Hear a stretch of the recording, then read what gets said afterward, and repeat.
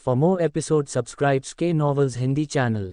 Story सुनने से पहले स्टोरी को शेयर करना ना भूले। ऐप शुरू करते हैं छहरम ओवरलोड एपिसोड 36 से 50। काई को घोंसला मिलने से पहले ही गंध आ गई। जली हुई लाशों की गंध या तो पहचान से परे जल गई या राख में बदल गई। गलती से ड्रैगन के घोंसले में घुस आए जानवरों के शव आधे भुने हुए आधे खाए हुए पड़े थे। तजु काई को यह बताना भूल गया कि घोंसले में लगभग 150 ड्रैगन थे। सभी लड़ रहे हैं और जंगल जला रहे हैं। लेकिन काई, जो अब ये जानता था, को उम्मीद थी कि उस स्थान पर 10 या इतने ही ड्रैगन होंगे। इस वजह से उसने अपने किसी भी जानवर को नहीं बुलाया और घोंसले के अंदर गहराई तक चला गया, जो ज्वालामुखी बन गया। सौभाग्य से महामहिम काई किसी भी चीज़ और हर चीज़ से प्रतिरक्षित हैं। वह जानता था कि फायर ड्रैगन लावा में तैरना पसंद करते हैं और आमतौर पर इसमें गहरे गोते लगाते हैं। उनका घोंसला नहीं था, ये बस एक ज्वालामुखी के आसपास का क्षेत्र था जहां उन्हें सोना और अन्य काम करना पसंद था। काई हमेशा इस बात को लेकर उत्सुक रहता था कि ड्रैगन कैसे प्रजनन करते हैं, इसलिए वह इसे देखने के लिए एक बार घोंसले में घुस गया। उसने वहां जो देखा वह अगली सदी तक उसके बाल सफ़ेद करने के लिए काफ़ी था और वह डर के कारण था। उसके बाद उन्होंने कभी भी किसी जानवर का प्रजनन नहीं देखने की कसम खाई। वर्तमान में वापस आकर उसने अपने नीचे लावा पर नज़र डाली और सीधे उसमें कूद गया। अब इसे मूर्खतापूर्ण माना जा सकता है, लेकिन उनमें तत्वों के विरुद्ध पूर्ण प्रतिरोध था जो उन्हें मौलिक आत्माओं द्वारा दिया गया था। उसकी आंखें सुनहरी हो गईं, उसके चारों ओर लावा की तरह, क्योंकि वे हमेशा किसी भी स्थिति में समायोजित हो जाती थीं और उसके साथ अपना रंग भी बदल लेती थीं। उसने पूरे ज्वालामुखी को ऊपर से नीचे तक खोजा और कुछ नहीं मिला। सतह पर वापस आने के बाद काई ने दहाड़ सुनी और सोचा कि उसे अपना अजगर मिल गया है। लेकिन एक भी ड्रैगन को ढूंढने के बजाय 150 ड्रैगन की एक सेना उसके सामने खड़ी थी और उसे आश्चर्य हुआ। उनमें से एक दूसरों की तुलना में बहुत अधिक उम्र का लग रहा था। शाही आत्मा क्षेत्र के चौथे चरण पर था। उस मूर्ख मैडम तजु को शाप दो। काई ने जोर से शाप दिया और उसके विरुद्ध ज्वाला की एक गर्म सांस छोड़ी गई। मुझे क्या करना चाहिए? ओह ठीक है, मुझे अपने स्वयं के ड्रैगन को बुलाना चाहिए और उन्हें इन हड्डियों से तर्क करने देना चाहिए। काई ने सोचा जब उसे याद आया कि कैसे अज़्योर ड्रैगन दूसरे ड्रैगन को अपना अधीन बनाने में कामयाब रहा था। आमतौर पर उसे हर किसी को मारने के लिए बस अपनी उंगलियां चटकाने की जरूरत होती थी, लेकिन उसके सामने ड्रैगन मजबूत थे, खासकर शाही आत्मा क्षेत्र ड्रैगन। काई ने 2 तलवारें निकाली, एक नीली और दूसरी भूरी। उसने एक को हवा में उछाल दिया और दूसरे को जमीन पर गिरा दिया। पूर्व का नीला ड्रैगन, केंद्र का पीला ड्रैगन। इंपीरियल स्टेज ड्रैगन को लगा कि कुछ गड़बड़ है और उसने अन्य ड्रैगन को पूरी तरह से सतर्क रहने के लिए कहा। पब फ्यूचर द्वारा विज्ञापन, सिवाय इसके कि कुछ नहीं हुआ, कोई तूफान या भूकंप या कुछ और नहीं। बस पूर्ण मौन। क्या मैंने गलत शब्द बोले? नहीं, ये संभव नहीं है। क्या ड्रैगन सो रहे हैं या कुछ और? आह, कौन परवाह करता है? काई ने खुद से कहा और 3 तलवारें निकाली, एक पीली, एक लाल और एक समुद्री नीली। उसने एक को ज्वालामुखी में फेंक दिया, एक को आकाश में। आखिरी के रूप में काई ने उसकी हथेली पर एक घाव कर दिया क्योंकि उसमें से सुनहरा रक्त बहने लगा। उसने तलवार को अपने खून से भिगो लिया और उसे पकड़े रखा। उत्तर का काला कछुआ, पश्चिम का सफ़ेद बाघ, दक्षिण का वर्मिलियन पक्षी। और एक बार फिर कुछ नहीं हुआ। अब ड्रैगन भूखी दृष्टि से काई को देख रहे थे। काई अपनी प्रबल तकनीकों में से एक का उपयोग कर सकता था, लेकिन इससे उसे बहुत सारा इचोर खोना पड़ेगा जो उसके लिए कीमती था। और अगर उसने इसकी एक बड़ी रकम खो दी तो वह इसकी कल्पना भी नहीं करना चाहता था। उनके इचोर खोने का कारण यह था कि उनकी तकनीकें ईश्वर स्तरीय शक्ति या उसके समान कुछ साधकों के लिए बनाई गई थीं। लेकिन यहाँ काई की खेती कई गुना कम हो गई थी और तकनीकों का उपयोग करने से उसे अपने इचोर का अधिक उपयोग करना पड़ सकता था, जिसके परिणामस्वरूप वह एक बन जाएगा। नहीं, उसे ऐसी किसी चीज़ की कल्पना नहीं करनी चाहिए। मुझे लगता है तुम सब मेरे हाथों मरोगे, उसने दुखी होकर दूसरी तलवार निकालते हुए कहा। यह बाकी तलवारों से बिल्कुल अलग थी। चमकदार बैंगनी मूठ वाली एक चिकनी काली तलवार, बिल्कुल काई की आंखों और बालों की तरह। इस तलवार की आभा काई की वर्तमान खेती से कहीं आगे निकल गई। तलवार एक अनमोल अवशेष थी जिसे वह बहुत प्यार करता था। इसकी शक्ति इस जैसे मजबूत कुछ हथियारों को छोड़कर किसी भी हथियार से अतुलनीय थी। बेसिक दानव तलवार कला, हॉट पियर्स, काई ने कहा और तलवार से वार किया। उन्होंने कुछ अधिक बुनियादी कौशलों का उपयोग करने का निर्णय लिया था क्योंकि ये कौशल उन्हें अपना जीवन खोने नहीं देंगे। प्रकाश की एक विशाल बैंगनी किरण ने अपनी मूठ से गोली चलाई और एक ही बार में 30 ड्रैगन को मार डाला। फिर उसने अपनी मुद्रा और रुख बदल दिया और ड्रैगन कुछ भी कर पाता उससे पहले उसने एक और हमला कर दिया। बेसिक दानव तलवार कला, माइंड क्रश। उसने ब्लेड के सपाट हिस्से को हथौड़े जैसी गति में घुमाया और आकाश में एक विशाल तलवार दिखाई दी जो ड्रैगन के ऊपर गिर गई और उनमें से 60 अन्य को मार डाला। केवल 60 और ड्रैगन बचे थे, उनमें से अधिकांश स्वर्ग आत्मा क्षेत्र में और 3 शाही आत्मा क्षेत्र में थे, जिसमें चौथा चरण भी शामिल था। याद रखें, आपने ही इसे अपने ऊपर लाया है। काई ने भाला फेंकने की मुद्रा में तलवार वापस खींचने से पहले कहा। दानव तलवार कला, रक्त पतन, उसने कहा और तलवार ऐसी फेंकी कि वह घूमने लगी। गति बढ़ती गई और इसके चारों ओर एक बवंडर बन गया, सिवाय इसके कि यह बैंगनी काले रक्त से बना था। खून ने जिस चीज को छुआ वह वहीं पिघल गई, पीछे कुछ भी नहीं बचा, मानो खून ने उनका अस्तित्व ही मिटा दिया हो। चौथे चरण के शाही आत्मा क्षेत्र को छोड़कर हर एक ड्रैगन की मृत्यु हो गई। फटे हुए पंख, जमीन पर बहता हुआ लाल रक्त, हवा में बिखरती उसकी खुशबू और काई के सामने ड्रैगन की मृत आंखें, मानो उसने वह सब कुछ खो दिया हो जो उसने किया था। मैं बस एक ही पूंछ चाहता था और तुमने मुझ पर हमला कर दिया। तुम्हारी पसंद इस ओर ले जाती है, काई ने कहा और शांति से अजगर की पूंछ हटा दी। उसने कोई प्रतिरोध नहीं दिखाया और मरने के लिए तैयार था। इतना उदास मत देखो, मैंने तुम्हारी वजह से लगभग 150 पूंछें एकत्र की हैं। अगली बार कम आक्रामक दृष्टिकोण अपनाओ। काई अपनी उंगलियां चटकाने से पहले मुस्कुराया। ठीक उसी समय हर एक अजगर पुनर्जीवित हो गया और काई के सामने मौजूद अजगर ने उसे ऐसे देखा जैसे भगवान स्वयं उसकी आंखों के सामने प्रकट हो गए हों। काश मैं भगवान होता, लेकिन उस भगवान का क्या फ़ायदा जो अपने प्रिय की भी रक्षा नहीं कर सका। लेकिन मैं ऐसी बातें नहीं कहूँगा कि अगर मैं जल्दी होता या अगर मैं मजबूत होता तो मैं जीत सकता था। जो हो गया सो हो गया और मैं इसे पलट नहीं सकता। लेकिन मैं भविष्य बदल दूंगा और मेरे आदर्श सपने के बीच जो भी खड़ा होगा वह मर जाएगा। उसने अजगर के सिर को हल्के से छूने से पहले उससे कहा। ड्रैगन ने खुशी की आवाज़ निकाली और अपनी विशाल लाल स्लिट पुतली आंखों से काई को देखा। मैं तुम्हें एक आखिरी उपहार छोड़ूंगा। मुझे पता है कि ज्वालामुखी में लगभग 50 ड्रैगन अंडे हैं और किसी कारण से उनमें से बच्चे नहीं निकल रहे हैं। उन्हें बाहर लाओ और इन फूलों में रख दो, उसने कहा और गायब हो गया और जमीन पर खून से फूल खिलने लगे। वसंत ऋतु की सुगंध के साथ विशाल ज्वाला पंखुड़ी वाले फूल एक अनुस्मारक के रूप में खिलते हैं कि बुरी चीज से भी कुछ अच्छा हो सकता है। तारानकन तारानकन। जैसे ही काई ने थोड़ा और दूर टेलीपोर्ट किया, उसने अपने जानवरों को बुलाने की कोशिश की और इस बार वे प्रकट हुए। उनकी आंखें चमक रही थीं। वर्मिलियन बर्ड, तुमने, एक बदसूरत, बड़ा, बिना हाथ वाला, नीला ड्रैगन मुझे कैसे हरा दिया। अज़्योर ड्रैगन, मुझे प्लॉट कवच की शक्तियां मिल गईं, बेबी। तुम एमसी को नहीं हरा सकते। अर्थ ड्रैगन, आप दोनों इतने भाग्यशाली हैं कि आप सामने भी आ सके। मुझे एक द्वीप पर तब तक बंद रखा गया है जब तक कोई बच्चा मेरी तलाश में नहीं आ जाता। काला कछुआ, ओह हाँ, भगवान के लिए मुझे एक पेंडेंट में बंद कर दिया गया था और जब मैं बाहर आया तो उस बेवकूफ़ फायरबर्ड ने मुझे हरा दिया। मेरा मतलब है, आग पानी को कैसे हरा सकती है। वाइट टाइगर, मुझे अपना पेट खुजलाना है और शायद एक कप हॉट चॉकलेट चाहिए। अज़्योर ड्रैगन, अच्छा विचार है, आइए एक बार जोड़ें। मौन। काई चिल्लाया क्योंकि उसे समझ नहीं आ रहा था कि क्या हो रहा है। क्या आप में से कोई बताएगा कि क्या हुआ? उसने डरावने शांत स्वर में पूछा और पता चला कि हर कोई यह बताना चाहता था। मुझे इसे स्पष्ट करने दीजिए। आप सभी एक अज्ञात वैकल्पिक दुनिया में बेब्लेड्स के लिए बिग जानवरों की भूमिका निभा रहे थे। वह स्तब्ध होकर चिल्लाया। अब काई जिस दुनिया में रहता था वह एक ही ब्रह्मांड में विद्यमान विभिन्न क्षेत्रों से बनी थी। फिर अन्य ब्रह्मांड थे जिनमें से प्रत्येक में छिपे रहस्य थे। किसी को वहां बुलाया जा सकता था यदि वहां मौजूद जीवित प्राणी को उस व्यक्ति के अस्तित्व के बारे में पता हो और एक तरह से वह उसकी पूजा करता हो। अब मैं गंभीर रूप से क्रोधित हूं और आप सभी को इसकी सजा मिल रही है। काई ने बुरी मुस्कान दी और वे सभी डर गए। उन्होंने भागने की कोशिश की लेकिन उसने उन्हें अपने साथ बांध लिया। अब उनके साथ जो कुछ भी होगा वह काई के हाथों में होगा। तारानकन तारानकन, लोगों को वोट दें, अपनी शक्ति प्रदान करें और रविवार को 4 अध्यायों का सामूहिक विमोचन प्राप्त करें। काई जंगल के मध्य की ओर बढ़ रहा था और उसके पीछे 5 अलग अलग जानवर अपने सिर झुकाए हुए उसका पीछा कर रहे थे। जानवर थे एक सफ़ेद और काले रंग की बिल्ली, एक पीले और भूरे रंग की छिपकली, एक लाल गौरैया, एक छोटा काला कछुआ और एक नीला सांप।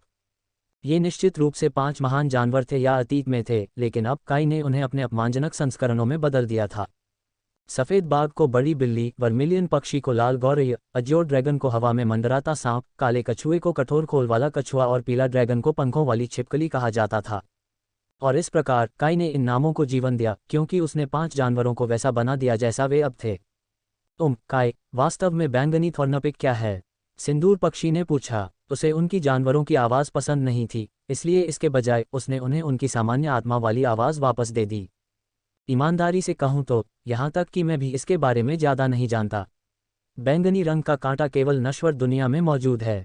मैंने हर दूसरे क्षेत्र की खोज की है लेकिन मैंने कभी इसका नाम भी नहीं सुना है, काई ने कहा और अपने कंधे उचकाए। तो आप इसके बारे में कुछ नहीं जानते?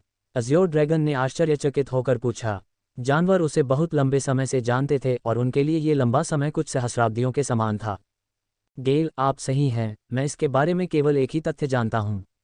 काई ने गेल, अज़्योर ड्रैगन, या सटीक रूप से अज़्योर ड्रैगन के रूप में मौलिक आत्मा को कहा। वह उन्हें मौलिक आत्मा या कुछ और कहना पसंद नहीं करता था, इसलिए इसके बजाय उसने उन्हें नाम दिए। बैंगनी थॉर्नपिक एक चलता फिरता गोज़ बम है, काई ने नाटकीय ढंग से कहा, जिससे जानवर अपनी जगह पर रुक गए। पबफ्यूचर द्वारा विज्ञापन। पाद पाद जैसा पाद? सिंदूर पक्षी ने अपनी नाक कांपते हुए पूछा। नहीं सेरा, पादने से मेरा मतलब था कि बैंगनी रंग का कांटा अपने बद से घातक गैसें छोड़ता है। हालांकि जहर ज्वलनशील होते हैं, मेरे अमातारा को छोड़कर कोई अन्य आगे से नहीं जला सकती, उसने कहा और अपने जानवरों को देखने के लिए रुक गया। जानवर सही क्रम में खड़े थे। उत्तर का काला कछुआ बाईं ओर खड़ा था और येलो ड्रैगन ऑफ सेंटर दाहिनी ओर खड़ा है। अन्य तीन मध्य में, पश्चिम से पूर्व की ओर थे। मिस्टी, जिसका अर्थ है धुंध, रैडन, जिसका अर्थ है गड़गड़ाहट या बिजली, सेराफिना, जिसका अर्थ है आग या लौ, आंधी, जिसका अर्थ है हवा या तूफान, और जेड, जिसका अर्थ है पृथ्वी से प्राप्त एक सुंदर पत्थर। काई ने उनके नाम पुकारे, प्रत्येक ने उनके तत्वों को दर्शाया। इन आत्माओं को पूरी शताब्दी तक कैद में रखा गया था, जब काले जादू उपयोगकर्ताओं के एक समूह ने उन्हें पकड़ लिया और उन पर प्रयोग किए। काई ने उन लोगों को मार डाला था और आत्माओं को मुक्त कर दिया था। हालांकि जहां उनका घर है वहां वापस जाने के बजाय उन्होंने काई का पीछा करने का फैसला किया। फिर उसने उन्हें नाम दिए और उन्हें अपना भागीदार बनने दिया। बस मेरे पीछे आओ और यहाँ, उसने कहा और अपनी उंगलियां चटकाकर उन्हें वापस उनके मूल स्वरूप में ला दिया। उन सभी ने उत्सुकता से सिर हिलाया और उसका अनुसरण किया। काई जंगल के मध्य की ओर चलता रहा, तभी उसे महसूस होने लगा कि उसके आसपास की हवा में कुछ गड़बड़ है। हवा जहर से भरी है। उसने पीछे मुड़कर अपने जानवरों की ओर देखते हुए कहा। वे ठीक थे क्योंकि उसकी शक्तियों ने उनकी रक्षा की। हालांकि जब वे तजू के घर लौटेंगे तो वह उनसे विशेष बातचीत करने वाले हैं। फिर वे और अंदर चले गए। हवा जहर से घनी हो गई। बैंगनी कांटेदार जगह से लगभग 200 मीटर दूर होने के बाद हवा बैंगनी होने लगी और कोई भी इसे आसानी से देख सकता था। 2 मिनट के बाद उन्हें बैंगनी रंग का कांटा दिखाई दिया। ये पता चला कि बैंगनी कांटेदार पिक वास्तव में एक बड़े आकार का स्कंक था जो सामान्य गैस के बजाय जहर छोड़ता था। चूंकि काई को गंध पसंद नहीं थी, उसने अपनी काली लपटों का उपयोग करके पूरे जानवर को मार डाला, उसका दिल छोड़ दिया। फिर उसने दिल उठाया और तजू के घर वापस टेलीपोर्ट करने से पहले उसकी आत्माओं को खारिज कर दिया। जब उसने काई को खाली हाथ देखा तो वह उसके चेहरे पर दरवाजा बंद करने ही वाली थी, लेकिन वह तब रुक गई जब उसने उसे जीभ, पूंछ, दिल और बर्फ के फूल की एक पंखुड़ी निकालते हुए देखा। वह उन्हें उसके हाथ से लेने ही वाली थी कि उसने उसे रोक दिया। आपने वास्तव में सोचा था कि मुझे नहीं पता कि आपको इसकी आवश्यकता क्यों है। पूंछ और हृदय यांग ऊर्जा के प्रतीक हैं, जबकि फूल और जीभ यीन ऊर्जा के प्रतीक हैं, और इन सामग्रियों के साथ आप अपनी खेती बढ़ा सकते हैं, काई ने कहा और उसे मुस्कुराते हुए बताया कि वह उसका रहस्य जानता है। यिन और यांग ऊर्जा के सबसे शुद्ध रूप थे, जितना अधिक केंद्रित उतना ही अधिक शक्तिशाली। यिन ने सादे पानी को बर्फ में बदल दिया, जबकि यांग ने एक छोटी सी लौ को प्रचंड तूफान में बदल दिया। इस ऊर्जा के संतुलन के कारण ही प्रकाश और अंधकार का निर्माण हुआ। अगर कोई इसका सेवन करता है तो इससे उनकी खेती को फायदा हो सकता है। हालांकि वे जितना ऊपर पहुंचते हैं उन पर इसका प्रभाव उतना ही कम होता है, या इस ब्रह्मांड की लगभग 80% आबादी के साथ ऐसा ही होता है। ऐसा इसलिए हुआ क्योंकि उन्होंने इसमें मौजूद ऊर्जा का केवल 20 से 30% ही अवशोषित किया। लेकिन काई के लिए, जिसने 100% ऊर्जा को अवशोषित किया, ये सोने की नहीं, हीरे की खदान जैसा था। इनका उपयोग करें और आपकी साधना 3 चरणों तक बढ़ जाएगी। इस प्रकार आप स्वर्ग आत्मा के चौथे चरण में पहुंच जाएंगे। काई ने उसे एक शीशी देते हुए कहा, जो उसकी यांग क्यूई से आधी भरी हुई थी। यहाँ तक कि कांच के बावजूद, ऊर्जा को बाहर जाने से रोकने के बावजूद, तजू अभी भी इसकी शुद्धता महसूस कर सकता था। उसने लालच से उसे उठाया और उसे विकसित करने के लिए अंदर चली गई, मानो वह इससे सम्मोहित हो गई हो। काई ने अपने द्वारा एकत्र की गई सामग्रियों से प्राप्त होने वाली ऊर्जा की गणना करने से पहले हंसते हुए कहा। जब उसने अपनी गणना पूरी की तो वह पागलों की तरह मुस्कुरा रहा था। उसने अपनी आत्माओं को बुलाया और खुशी से उनके सिर पर हाथ फेरा। वे असमंजस में उसकी ओर देखते रहे, आश्चर्य करते हुए कि वह खुश क्यों है। ये समय है, मैं स्वर्ग आत्मा क्षेत्र के 10वें चरण में प्रवेश करने जा रहा हूँ। उसने उनके सिर पर बम गिराया, जिससे वे और शायद कुछ अज्ञात लोग भी चौंक गए। एएन, क्या आपको इसकी उम्मीद थी या इसने आपको चौंका दिया? मैं इस कहानी को हमेशा के लिए नहीं खींचना चाहता, इसलिए मैं चीज़ों को काफ़ी गति से आगे बढ़ा रहा हूँ।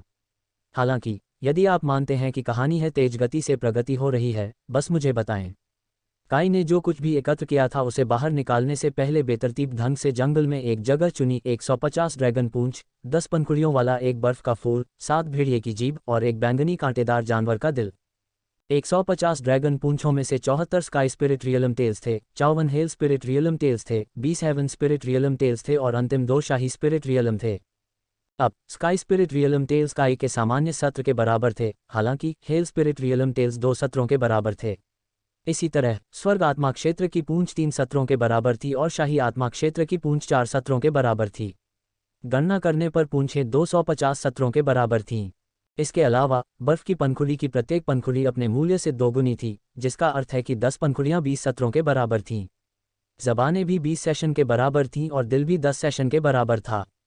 यिन ऊर्जा के कुल 300 सत्र थे, जिसका अर्थ है कि काई शाही आत्मा क्षेत्र में अपनी सफलता के लिए थोड़ा बढ़ावा प्राप्त करते हुए अगले चरण में सफलता प्राप्त कर सकता है। वह कमल की मुद्रा में बैठ गया और उनमें से 13 को छोड़कर हर एक सामग्री चमकने लगी। सफ़ेद ऊर्जा ड्रैगन की पूंछ और बैंगनी थॉर्नपिक के दिल से उठी। हालांकि जीभ और बर्फ की पंखुड़ियों से एक काली शक्ति उभरी। जैसे ही काई ने इसे विकसित करना शुरू किया, ऊर्जा उसके शरीर की ओर प्रवाहित होने लगी। आखिरकार अपनी सफलता के करीब पहुंचने में उसे 2 घंटे लग गए। जैसे जैसे वह 10वीं अवस्था में आगे बढ़े, उनका शरीर बैंगनी रंग की रोशनी से चमकने लगा। उनके शरीर से एक शानदार रोशनी निकली, जो शक्तिशाली ऊर्जा के साथ अंतरिक्ष में फैल गई और पूरे महाद्वीप में फैल गई। इस प्रकार सभी को ये बताना कि कुछ जोरदार घटित हुआ है। जब कोई व्यक्ति किसी उच्चतर क्षेत्र में प्रवेश करता है, तो उसके शरीर से ऊर्जा की एक विशाल लहर निकलती है। इस लहर को अन्य साधकों द्वारा महसूस किया जा सकता है। सही शब्द यह नहीं है कि उनके शरीर इस पर प्रतिक्रिया करते हैं। इसका मतलब यह था कि पूरे महाद्वीप को काई के अस्तित्व के बारे में पता था, या कम से कम नरक आत्मा क्षेत्र या उससे ऊपर के लोगों को पता था। इसका मतलब यह था कि काई ने अनजाने में अपने जीवन में नाटक की मात्रा बढ़ा दी थी और इसके परिणाम कुछ ही मिनटों में सामने आ जाएंगे। उसने प्रसन्न दृष्टि से शेष 13 संसाधनों पर खेती करना शुरू कर दिया, इस बात से पूरी तरह अनजान कि उसने पूरे महाद्वीप पर कितना हंगामा मचाया था। तारांकन पब फ्यूचर द्वारा विज्ञापन। जैसा कि आपने अनुमान लगाया होगा, एक महल के पीछे एक पहाड़ पर एक गुफा में एक महिला अपनी गहरी खेती से उठी। उसके कमर तक लंबे हल्के नीले बाल और पीली कटी हुई पुतली वाली आंखें थीं। जियान परिवार सफ़ेद बाग का जहाज था और परिवार के प्रत्येक सदस्य की आंखों या बालों में बैंगनी या पीला रंग था। इसके अलावा जो लोग मजबूत बिजली के तत्वों के साथ पैदा होते हैं, उनकी आंखें कटी पुतली होती हैं। वातानाबे की तस्वीर के लिए पैराग्राफ टिप्पणी की जांच करें। वह ऊर्जा की लहर को महसूस करने वाली पहली व्यक्ति थी, क्योंकि पूरे महाद्वीप में उनकी खेती सबसे अधिक थी। ऐसा इसलिए था क्योंकि वह जियान वतनबे थीं, जो पश्चिमी महाद्वीप के शासक जियान परिवार की पूर्वज थीं। वह गुफा से बाहर निकली और अपने नीचे महल को घूरने लगी। ये जियान परिवार का शाही महल था, जो पूरी तरह से बैंगनी, पीले या सफ़ेद सामग्री से बनाया गया था। महल के शीर्ष पर एक विशाल सफ़ेद और काले रंग के बाग का प्रतीक है, जिसका मुख उत्तर की ओर है। वह पश्चिम की ओर उड़ने से पहले कुछ सेकंड के लिए महल को देखती रही, दूसरे शब्दों में उस जंगल की ओर जहां काई खेती कर रही थी। वतनबे किसान से मिलना चाहती थी और इस पर निर्भर करते हुए कि वह सहयोगी है या दुश्मन, वह या तो उस व्यक्ति को बधाई देगी या उस व्यक्ति को मार डालेगी। यदि यह पता चला कि वह व्यक्ति न तो सहयोगी था और न ही शत्रु, तो वह अपना हाथ बढ़ाकर उसे जियान परिवार में शामिल होने के लिए कहेगी। ऐसा करने का सबसे अच्छा संभव तरीका यह था कि वह उन्हें उनकी वफादारी के बदले जियान परिवार से किसी से भी शादी करने देगी। यदि काई ने उसके विचार सुने होते तो वह अवश्य कुछ ऐसा कहता। लोग ऐसा क्यों सोचते हैं कि शादी से सब कुछ हल हो सकता है? और आप सोचते हैं कि आप मुझे एक लड़की सौंपकर मुझे जीत सकते हैं? अगर मैं चाहता तो मैं आपके पूरे परिवार को आकर्षित कर सकता था और इसमें आप भी शामिल हैं। लेकिन चूंकि वह यहाँ नहीं था, इसलिए उसे इस बात की जानकारी नहीं थी। हालांकि चूंकि वतनबे उसकी ओर उड़ रहा था, इसलिए उसे यह कहने को मिल सकता है। तारांकन। जैसे ही वतनबे काई और उसकी आत्माओं से लगभग 2 किलोमीटर दूर थे, उन्होंने उसे महसूस किया। प्रकृति का हिस्सा होने के कारण वे उसकी उपस्थिति को आसानी से महसूस कर सकते थे। काई, शाही क्षेत्र के दूसरे चरण का कोई व्यक्ति यहाँ आ रहा है। रेडेन ने काई को चेतावनी दी, जो शांति से कमल की स्थिति में बैठा था, अभी भी संसाधनों की खेती कर रहा था। यह उस जियान परिवार का पूर्वज होना चाहिए। काई निश्चिंत लग रहा था और उसने खेती करना जारी रखा। वह धैर्यपूर्वक पूर्वज के आगमन की प्रतीक्षा कर रहा था ताकि वह जियान परिवार की शक्ति को देख सके। ईमानदारी से कहें तो अगर वह चाहता तो एक ही हमले में पूरे ग्रह को नष्ट कर सकता था, भले ही वह या तो उसे अगली सहस्राब्दी में खत्म कर देगा या तुरंत मार डालेगा। लेकिन ईमानदारी से कहूं तो काई सिर्फ अपने हरम के साथ एक सामान्य जीवन जीना चाहती थी। क्या ये पूछना बहुत ज्यादा था? तभी पूर्वज उनके पास पहुंचे। काई ने पहले ही जानवरों को अदृश्य कर दिया था ताकि उसके अलावा कोई उन्हें देख न सके। वतनबे को काई जैसे युवा पुरुष को साधना मुद्रा में बैठे देखकर आश्चर्य हुआ, और सबसे आश्चर्य की बात यह थी कि उसे उससे कोई आध्यात्मिक ऊर्जा महसूस नहीं हो रही थी।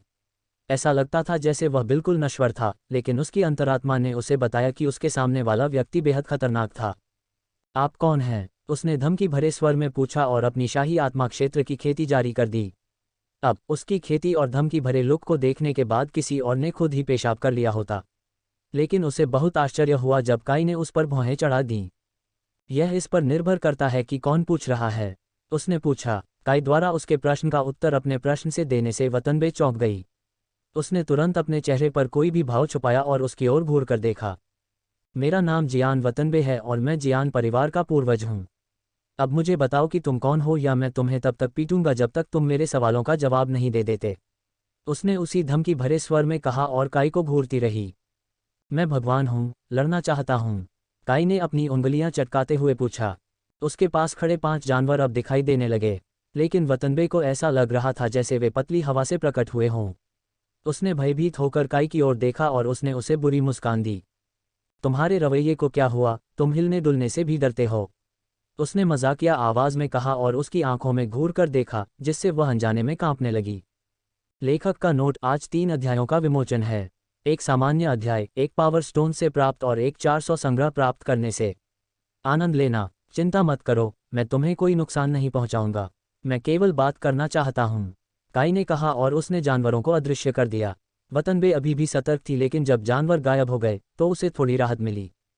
तुम्हारे पास 5 अभिभावक जानवर कैसे हैं? उसने पूछा, क्योंकि उसे यकीन था कि उसने एक काला कछुआ, एक लाल फीनिक्स, एक सफ़ेद और काली धारीदार बाघ, एक नीला पूर्वी ड्रैगन और एक पीला पश्चिमी ड्रैगन देखा है। जवाब देने के बजाय काई ने अपनी उंगलियां चटकाईं और जानवरों की यादों को मिटा दिया। ये पूरे पूर्वी महाद्वीप द्वारा उसका पीछा करने से बेहतर था। मेरा नाम काई है, उसने अपना हाथ आगे बढ़ाते हुए कहा। वतनबे अपना हाथ हिलाने से पहले 1 सेकंड के लिए झिझके। अब जब तक आप मुझे परेशान नहीं करेंगे, मैं आपको या जियान परिवार को परेशान नहीं करूंगा, उसने कहा और उसे गौर से देखा। उसकी नज़र उसकी आत्मा के हर इंच को भेद रही थी। अगर तुम मेरे परिवार में शामिल हो जाओ तो मैं ये कर सकता हूँ, तुम जो चाहो मैं तुम्हें करने दूंगा, उसने पेशकश की। फिर भी काई को अपने परिवार में शामिल करने की कोशिश कर रही थी। चाहे आप कुछ भी करें, मैं फिर भी वही करूंगा जो मैं करना चाहता हूँ, उसने उसके माथे को छूने से पहले उदास होकर कहा। उसकी आंखें सूनी हो गईं और वह मूर्ति की भांति शांत खड़ी रही। काई ने खुद को उसकी यादों से दूर कर लिया, जिसमें यह मुलाकात, उनकी बातचीत, उसकी धमकी देने की शक्ति जो उजागर नहीं हुई थी, और उसके बारे में मौजूद लगभग हर चीज़ शामिल थी। अगर हम दोबारा मिले तो मैं तुम्हें जरूर रिझाऊंगा, संप्रदाय में वापस जाने से पहले उसने कहा, क्योंकि वह उसकी कटी हुई पुतलियों से कुछ हद तक प्यार करता था। वतनबे अपनी स्तब्धता से जागी, निश्चित नहीं थी कि वह कहाँ थी। फिर उसे याद आया कि वह यहाँ उस रहस्यमय कृषक की तलाश में आई थी जिसने अपनी सफलता से ऊर्जा की एक विशाल लहर पैदा की थी। सारा जंगल ढूंढने के बाद भी उसे ऐसा कोई नहीं मिला। वह ब्रह्मांड के समान बालों और आंखों वाले एक लड़के के बारे में सोचते हुए वापस महल की ओर उड़ गई, लेकिन वह उसकी तस्वीर नहीं बना सकी और समझ नहीं पाई कि वह कौन है। तारांकन पब फ्यूचर द्वारा विज्ञापन। वह संप्रदाय में वापस लौट आया और खटखटाने या किसी भी चीज़ की परवाह किए बिना सीधे मियाँ के कमरे में चला गया। ऐसा लग रहा था मानो वह अभी शौवर से बाहर आई हो, क्योंकि उसने अपना अंडरवियर पहना हुआ था और उसके बाल गीले थे और उसके चेहरे पर लेटी हुई थी। मुझे आपके बर्फ जैसे रंग के बाल और आंखें रखने की आदत नहीं है, उसने कहा। मिया के चमकीले सुनहरे बाल और आंखें हुआ करती थीं और काई ने हमेशा उसे ऐसे ही देखा था। उनका नया लुक कुछ ऐसा था कि उन्हें इसकी आदत डालने में काफ़ी समय लगेगा। यह एक ऐसी बात है जिसके बारे में मैंने नहीं सोचा था कि आप कहेंगे, और चूंकि आपने इतनी बड़ी तबाही मचाई है, मुझे पूरा यकीन है कि आपने जियान परिवार के पूर्वज का सामना किया था और उसे अपने वश में करना पड़ा था। मिया ने सटीक अनुमान लगाया कि क्या हुआ था और काई ने उसकी बातों पर सिर हिलाया। फिर वह उसे पूरी कहानी बताने लगा। मिया ने ध्यान से सुना और उसकी आंखों में देखा जब उसने उसे पूरी कहानी का आखिरी हिस्सा बताया, सिवाय इसके कि उसने पूर्वज को क्या बताया था कि वह उसे बहकाएगा या मिया उस पर पागल हो जाएगी। कुछ लोग अपना तूफान खुद बनाते हैं और बारिश होने पर परेशान हो जाते हैं, उसने ज्ञान से भरी आवाज में कहा। मुझे नहीं लगता कि ये दर्शन शास्त्र के लिए अच्छा समय है, उसने धीरे से कहा और उसके गाल को छुआ, फिर भी उसकी आंखों को देखता रहा। याद रखें कि पूरी घटना घटित होने से पहले मैंने आपसे युद्ध करने का वादा किया था। मुझे लगता है कि यह उस वादे को पूरा करने का एक अच्छा समय है, काई ने कहा जब वह उन्हें मैदान में टेलीपोर्ट करने वाला था, लेकिन तभी उसे याद आया कि मिया अभी भी अपने अंडरवियर में थी। उसने तुरंत अपने पेंडेंट से उसके कपड़ों का एक और सेट निकाला और उसे उसकी ओर फेंक दिया। उसने उन्हें पहना और काई की ओर अपना हाथ बढ़ाया, उसने मजबूती से उसे पकड़ लिया और उन्हें टेलीपोर्ट किया। फिर उन्होंने अखाड़े के चारों ओर कुछ संरचनाएं बनाईं, एक छिपाने के लिए, दूसरी प्रवेश को रोकने के लिए, और एक अंदर की किसी भी चीज़ को बाहर न जाने देने के लिए। मिया और काई दोनों ने एक दूसरे का सामना किया और मुस्कुराए। फिर उसने मिया की ओर अपना हाथ बढ़ाया और उसके अमातेरा से बनी एक काली गोली मिया की ओर उड़ी, जिसने खुद की एक गोली चलाई जो उसकी न पिघलने वाली बर्फ से बनी थी। गोलियां हवा में टकराईं और गर्मी और बर्फ की एक बड़ी लहर निकली। हालांकि काई की गोली का एक छोटा हिस्सा बच गया और मिया की ओर चला गया, जो अपने रास्ते से हट गई। चलो शुरू करें, उसने कहा और उसका शरीर नीली आभा से चमकने लगा। बर्फ उसके पूरे शरीर के चारों ओर नाच रही थी, पूरी तरह से उसकी बात मान रही थी। काई ने ऐसा कुछ नहीं किया, लेकिन उसका पूरा हाथ, कलाई से लेकर उंगलियों तक, काली लपटों से जलने लगा। दोनों ने एक दूसरे की ओर हाथ बढ़ाने से पहले एक पल के लिए एक दूसरे को देखा। बर्फ और आग प्रक्षेपवक्र का अनुसरण कर रहे थे। बर्फ स्पाइक्स में उठी और आग की लपटें जंगल की तरह आग पकड़कर आपस में टकरा गईं। एक पल के लिए ऐसा लगा कि वे बराबर थे, लेकिन जल्द ही ये स्पष्ट हो गया कि आग अधिक शक्तिशाली थी। जैसे ही बर्फ की पूरी रेखा बर्फ के स्रोत यानी मिया की ओर बढ़ने लगी, काली लपटों से जलने लगी। उसने अपनी बाहों से बर्फ को अलग किया और पीछे लटक गई, क्योंकि आग की लपटों ने पूरी बर्फ को निगल लिया और एक बड़ा विस्फोट हुआ। और इसके साथ ही काई की हर एक बाधा टूट गई और आग की लपटें एक विशाल तूफान की तरह उठने लगी, जिससे सभी को खतरा हो गया। चीख पुकार मचने लगी और हर एक संप्रदाय के बुजुर्ग ये सोचकर मैदान की ओर भागने लगे कि उन पर हमला हो रहा है। काई ने पूरे संप्रदाय के ऊपर से उड़ान भरने और कुछ और संरचनाएं बनाने से पहले हथेलियों का सामना किया। पूरे 1 मिनट के बाद पूरे संप्रदाय को कवर करने वाली एक विशाल संरचना जीवंत हो उठी। संप्रदाय के अंदर प्रत्येक प्राणी अपनी जगह पर जम गया, मानो समय ही रुक गया हो। मिया स्थिर नहीं थी क्योंकि काई के हरम प्रतीक ने उसे इसके प्रभाव से बचाया था। वह अपने हरम को उसकी संरचनाओं, गोलियों या व्यावहारिक रूप से उसके द्वारा बनाई गई किसी भी चीज़ के खिलाफ पूर्ण प्रतिरक्षा देने के लिए प्रतीक का उपयोग कर सकता है।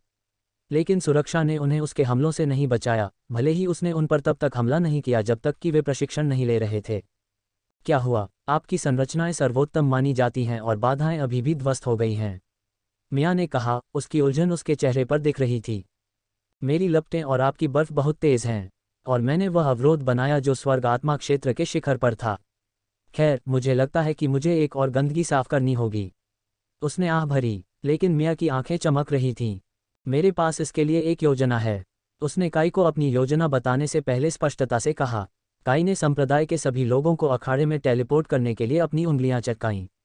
उनकी आंखें अभी भी काली थीं, कुछ भी नहीं देख रही थीं। उसने उनकी यादों को संशोधित किया ताकि उन्हें केवल ये याद रहे कि काई और मिया एक अभ्यास मैच खेल रहे थे। फिर उसने संप्रदाय को कवर करने वाली संरचना को नष्ट कर दिया। उनकी आंखों में चमक वापस आ गई और वे काई और मिया को उत्सुकता से देखने लगे। चलो शुरू करें, काई ने कहा और उसने अपने पेंडेंट से एक तलवार निकाल ली। वह मिया को तलवार सौंपने ही वाला था कि उसकी आंखें चमकने लगीं। उसके शरीर के चारों ओर सिंहासन के समान बर्फ दिखाई देने लगी और उसके हाथ में एक चमकता हुआ राजदंड दिखाई देने लगा। पूरी छड़ गहरे नीले रंग की थी और ऊपरी भाग सोने का एक गोल घेरा था जिसमें एक विशाल नीला क्रिस्टल था। सोने के घेरे के चारों ओर हवा में तैर रहे क्रिस्टल से नीले और सफ़ेद रंग की पंखों जैसी संरचनाओं की एक जोड़ी उभर रही थी। बर्फ देवी का राजदंड, काई ने कहा और इसे आश्चर्य से देखा क्योंकि उसने इस भूत को पुस्तक चित्रों में देखा था। स्वयं सूर्य देवी ने उन्हें इस राजदंड और स्पर्श करने पर किसी भी चीज़ को बर्फ में बदलने की इसकी शक्तियों के बारे में बताया था। केवल काली लपटों को बर्फ में नहीं बदला जा सका। काई ने मिया को देखकर मुस्कुराया और अपनी काली लपटों को अपनी तलवार में डाल दिया। पूरा ब्लेड जलने लगा और उस पर काली लपटें उठने लगीं। इस प्रदर्शन को देखकर भीड़ आह भर गई, लेकिन उन्हें यह नहीं पता था कि यह तो बस शुरुआत थी। काई और मिया अपने स्थानों से गायब हो गए और युद्ध के मैदान के बीच में राजदंड के विरुद्ध तलवार से मिले। आग ने राजदंड को लपेटना शुरू कर दिया और उसमें से बर्फ काई की तलवार के ऊपरी हिस्से को निगलने लगी। वे दोनों उसी गति से वापस दौड़े और आग और बर्फ गायब हो गए। काई ने अपना रुख बदला और फेंकने की शैली में तलवार पकड़ ली। दानव तलवार कला, रक्त पतन। उसने तलवार फेंक दी। हालांकि पिछली बार के विपरीत तलवार के चारों ओर बवंडर काली लपटों द्वारा बनाया गया था। पबफ्यूचर द्वारा विज्ञापन। मिया ने अपना राजदंड फेंका। बर्फ के घूमते तूफान ने राजदंड को घेर लिया। दर्शक इतने स्तब्ध थे कि वे बोल भी नहीं पा रहे थे। हथियार बीच हवा में दुर्घटनाग्रस्त हो गए और चूंकि मियाँ का हथियार एक देव श्रेणी का हथियार था और काई का केवल एक शाही ग्रेड था, उसकी तलवार टूट गई। मियाँ ने सोचा कि उसका हथियार उसका पीछा जारी रखेगा, लेकिन काई की तलवार के आसपास की आग की लपटों ने राजदंड की बर्फ को अपनी चपेट में ले लिया। बर्फ पूरी तरह से खत्म हो गई और मियाँ को राजदंड वापस बुलाना पड़ा। वह कैसे संभव है? उसने जो कुछ हुआ उससे स्तब्ध होकर कहा। दर्शक भी स्तब्ध रह गए, हालांकि फर्क इतना था कि वे इतने सदमे के कारण अपने शरीर को हिला भी नहीं पा रहे थे। आत्मा की काली लपटें कुछ भी और सब कुछ पिघला देंगी और पीछे कुछ भी नहीं छोड़ेंगी। काई ने किसी ऐसे व्यक्ति का हवाला देते हुए कहा जिसे वह बहुत पहले से जानता था, एक निश्चित व्यक्ति जिसने काई को उसकी शक्तियों के बारे में चेतावनी दी थी। मियाँ ने कुछ नहीं कहा और उस पर अपनी न पिघलने वाली बर्फ, या जैसा कि नाम से पता चलता है, बरसाना जारी रखा। उसके सामने इसे टूटी हुई बर्फ कहना चाहिए, क्योंकि उसने या तो इसे नष्ट कर दिया या चकमा दे दिया। मैं इसे खत्म करने जा रहा हूँ, उसने कहा और अपना रुख बदल लिया। पैर चौड़े कर दिए, कंधे मियाँ की ओर झुक गए और तलवार उसकी दिशा की ओर खींच ली। आत्मा शून्य, उसने कहा और असंभव गति से आगे बढ़ता हुआ मियाँ के ठीक सामने आ गया। उसने तलवार की नोक उसके माथे पर छुआ और उसकी आंखें उसके सिर में घूम गईं।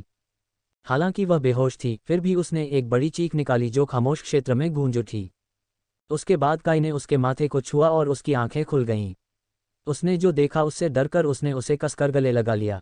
हर आत्मा एक तरह से संतुलित थी, हालांकि ये संतुलन बराबरी के तराजू जैसा नहीं था। कुछ आत्माओं में दूसरों की तुलना में अधिक अच्छाई थी और कुछ में दूसरों की तुलना में अधिक बुराई थी, लेकिन अंत में प्रत्येक आत्मा में अच्छाई और बुराई दोनों समाहित थीं। कोई भी व्यक्ति कभी भी पूरी तरह से बुरा या पूरी तरह से अच्छा नहीं हो सकता, और किसी की भी आत्मा में पूर्ण संतुलन नहीं हो सकता। आत्मा की शून्यता आपके प्रतिद्वंद्वी को अपनी आत्मा का सामना करने के लिए मजबूर करती है, और इससे कोई फर्क नहीं पड़ता कि वे अच्छे या बुरे पक्ष का सामना कर रहे हैं। परिणाम कुछ ऐसे होते हैं जो किसी व्यक्ति को टुकड़े टुकड़े कर सकते हैं। ये यातना का एक रूप था जिसका उपयोग काई द्वारा तकनीक की नकल करने से पहले स्वयं दिव्य सम्राट द्वारा किया जाता था। सब खत्म हो गया, उसने कहा और वापस अपने घर टेलीपोर्ट कर दिया। दर्शक अचंभित रह गए, उन्हें समझ नहीं आ रहा था कि उन्हें आगे बढ़ना चाहिए या नहीं। हिलना तो दूर, वे बोल भी नहीं पा रहे थे। चलो एक अच्छी स्वस्थ छुट्टियां मनाएं, काई ने मियाँ को धीरे से बिस्तर पर लिटाते हुए कहा, इससे पहले कि वह किसी ऐसी जगह के बारे में सोचे जो उसे पसंद हो। फिर उसे वह स्थान याद आया जो उसने तब देखा था जब वह पहली बार ब्लू मून संप्रदाय की यात्रा कर रहा था। मेरा हाथ पकड़ो और चलो, उसने कहा और अपना हाथ बढ़ाने से पहले मियाँ की ओर देखकर मुस्कुराया। उसने उसे पकड़ लिया और वे दोनों गायब हो गए। तारांकन तारांकन, काई के मन में जो स्थान था वह फूलों से भरा एक विशाल मैदान था। हर रंग में गुलाब जिसकी आप कल्पना कर सकते हैं, नीला, लाल, सफ़ेद, पीला, गुलाबी और भी बहुत कुछ। मानव जाति को अब तक ज्ञात हर फूल यही था, जो एक बड़े क्षेत्र में फैला हुआ था। ये खूबसूरत है, मियाँ ने पहली बार कुछ कहा और ज़मीन से एक नीला गुलाब तोड़ लिया। उसने उस पर अपनी बर्फ फैलाई और वह जमे हुए गुलाब में बदल गई। यह मुझे याद दिलाता है, मेरे पास तुम्हारे लिए एक उपहार है, काई ने अपने पेंडेंट से एक लॉकेट निकालते हुए कहा। लॉकेट लाल और नीले रंग का मिश्रण था और उस पर एक प्रतीक बना हुआ था, आधा नीला आधा लाल गुलाब, नीले तरफ से जमे हुए और लाल तरफ से जलता हुआ। ये कुछ ऐसा है जो तुम्हारी माँ ने तुम्हें उपहार के रूप में देने के लिए मुझे दिया था। यह उनकी शादी का लॉकेट है जो तुम्हारे पिता ने तुम्हारी माँ के लिए बनाया था। काई ने मियाँ को लॉकेट देते हुए धीरे से कहा। वह इसे अपनी गर्दन पर गिराने से पहले कुछ मिनटों तक देखती रही। फिर वह काई की ओर मुड़ी और उसे चूम लिया।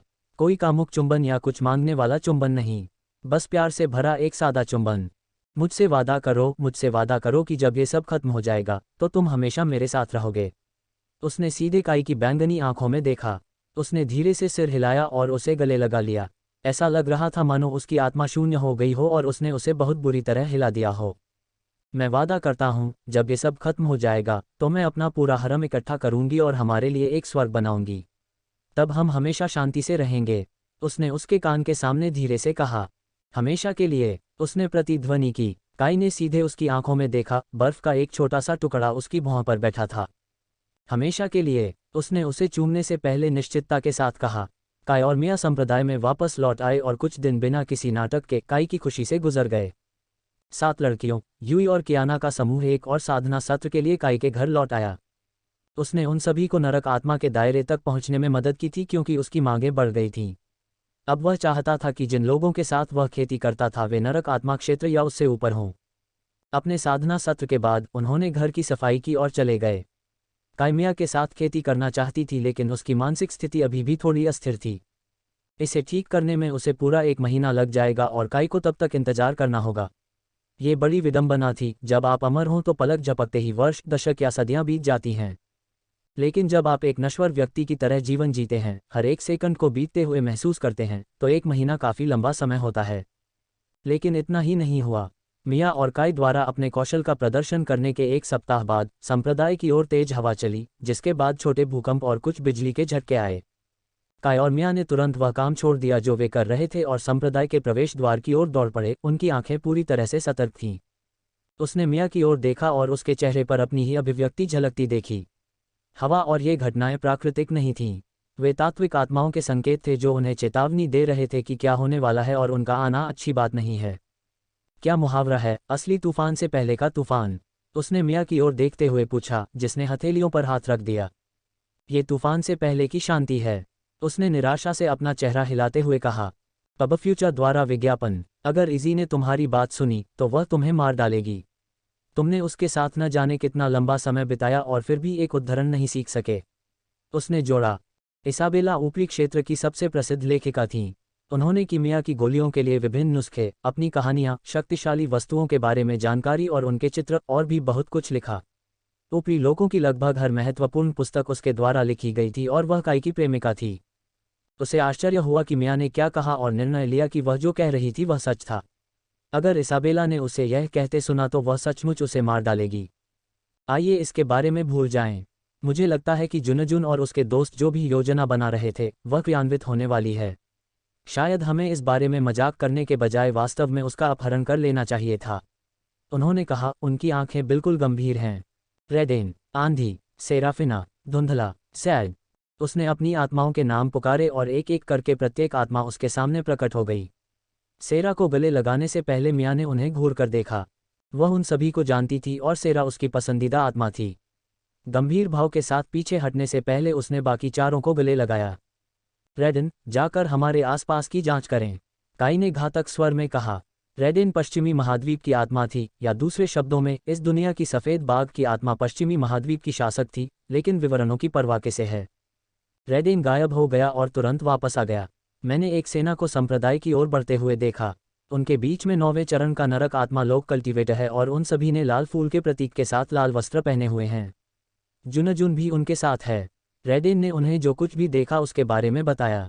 एक लाल फूल और लाल रंग का वस्त्र, ये लाल फूल संप्रदाय है, काई ने अचानक निश्चितता के साथ कहा। लाल फूल संप्रदाय अपनी कीमिया कौशल के लिए प्रसिद्ध था और लाल फूल, जैसा कि नाम से पता चलता है, उनका प्रतीक था। लेकिन वे हम पर हमला क्यों करेंगे? मिया ने पूछा। काई ने जो कहा उस पर उसे पहले से ही विश्वास था, लेकिन उसे समझ नहीं आया कि वे दूसरे संप्रदाय पर हमला क्यों करना चाहते थे, खासकर ब्लू मून संप्रदाय जैसे 4 महान संप्रदायों में से एक पर। 2 महान संप्रदायों के बीच टकराव अनियंत्रित नहीं होगा क्योंकि जियान परिवार कार्रवाई करेगा। आपको संप्रदाय के इतिहास के बारे में पता लगाना चाहिए था। ब्लू मून संप्रदाय एक महान संप्रदाय बन गया क्योंकि पूर्वी महाद्वीप के पिछले शासक जियान वतनबे वास्तव में ब्लू मून संप्रदाय को फिर से डायल खेती संप्रदाय बनने का अधिकार देना चाहते थे। लेकिन यह संभव नहीं था, इसलिए उसने उन्हें एक शपथ दिलाई जिससे ये सुनिश्चित हो गया कि ब्लू मून संप्रदाय एक महान संप्रदाय बना रहेगा। लेकिन उनकी शपथ सुरक्षा की ओर नहीं बढ़ी, लेकिन फिर भी, भले ही अन्य 3 संप्रदायों को यह संप्रदाय पसंद नहीं था, फिर भी उन्होंने इसे स्वीकार कर लिया। लेकिन जुनजुन के उनके साथ मिल जाने से वे इस संप्रदाय को जलाकर राख कर देंगे, काई ने समझाया। आप क्या करने जा रहे हैं? मिया ने वह सवाल पूछा जो उसे सबसे ज्यादा परेशान कर रहा था। वह जानती थी कि अगर काई चाहे तो एक ही वार में पूरे ग्रह को नष्ट कर सकता है, लेकिन वह कोई न्याय देने वाला या कोई दुष्ट मास्टरमाइंड नहीं था। उसने वही किया जो वह चाहता था, चाहे वह बुरा हो या नहीं। मैं उन्हें इस संप्रदाय पर हमला करने दूंगा। वे यहाँ के शिष्यों से कहेंगे कि या तो वे उनके साथ शामिल हो जाएं, संप्रदाय छोड़ दें या मारे जाएं। इस तरह मैं संप्रदाय के उन शिष्यों और बुजुर्गों को आसानी से हटा सकता हूं जो वफादार नहीं हैं। और मुझे यकीन है जुनजुन के साथ कुछ बुजुर्ग हैं और हमला शुरू होने पर वे खुद को दिखाएंगे, काई ने कहा और जानवरों और मिया को एक दूसरे को घूरते हुए छोड़कर वापस अंदर चला गया। वे सभी सोच रहे थे कि काई ने जो कहा वह सच है या नहीं।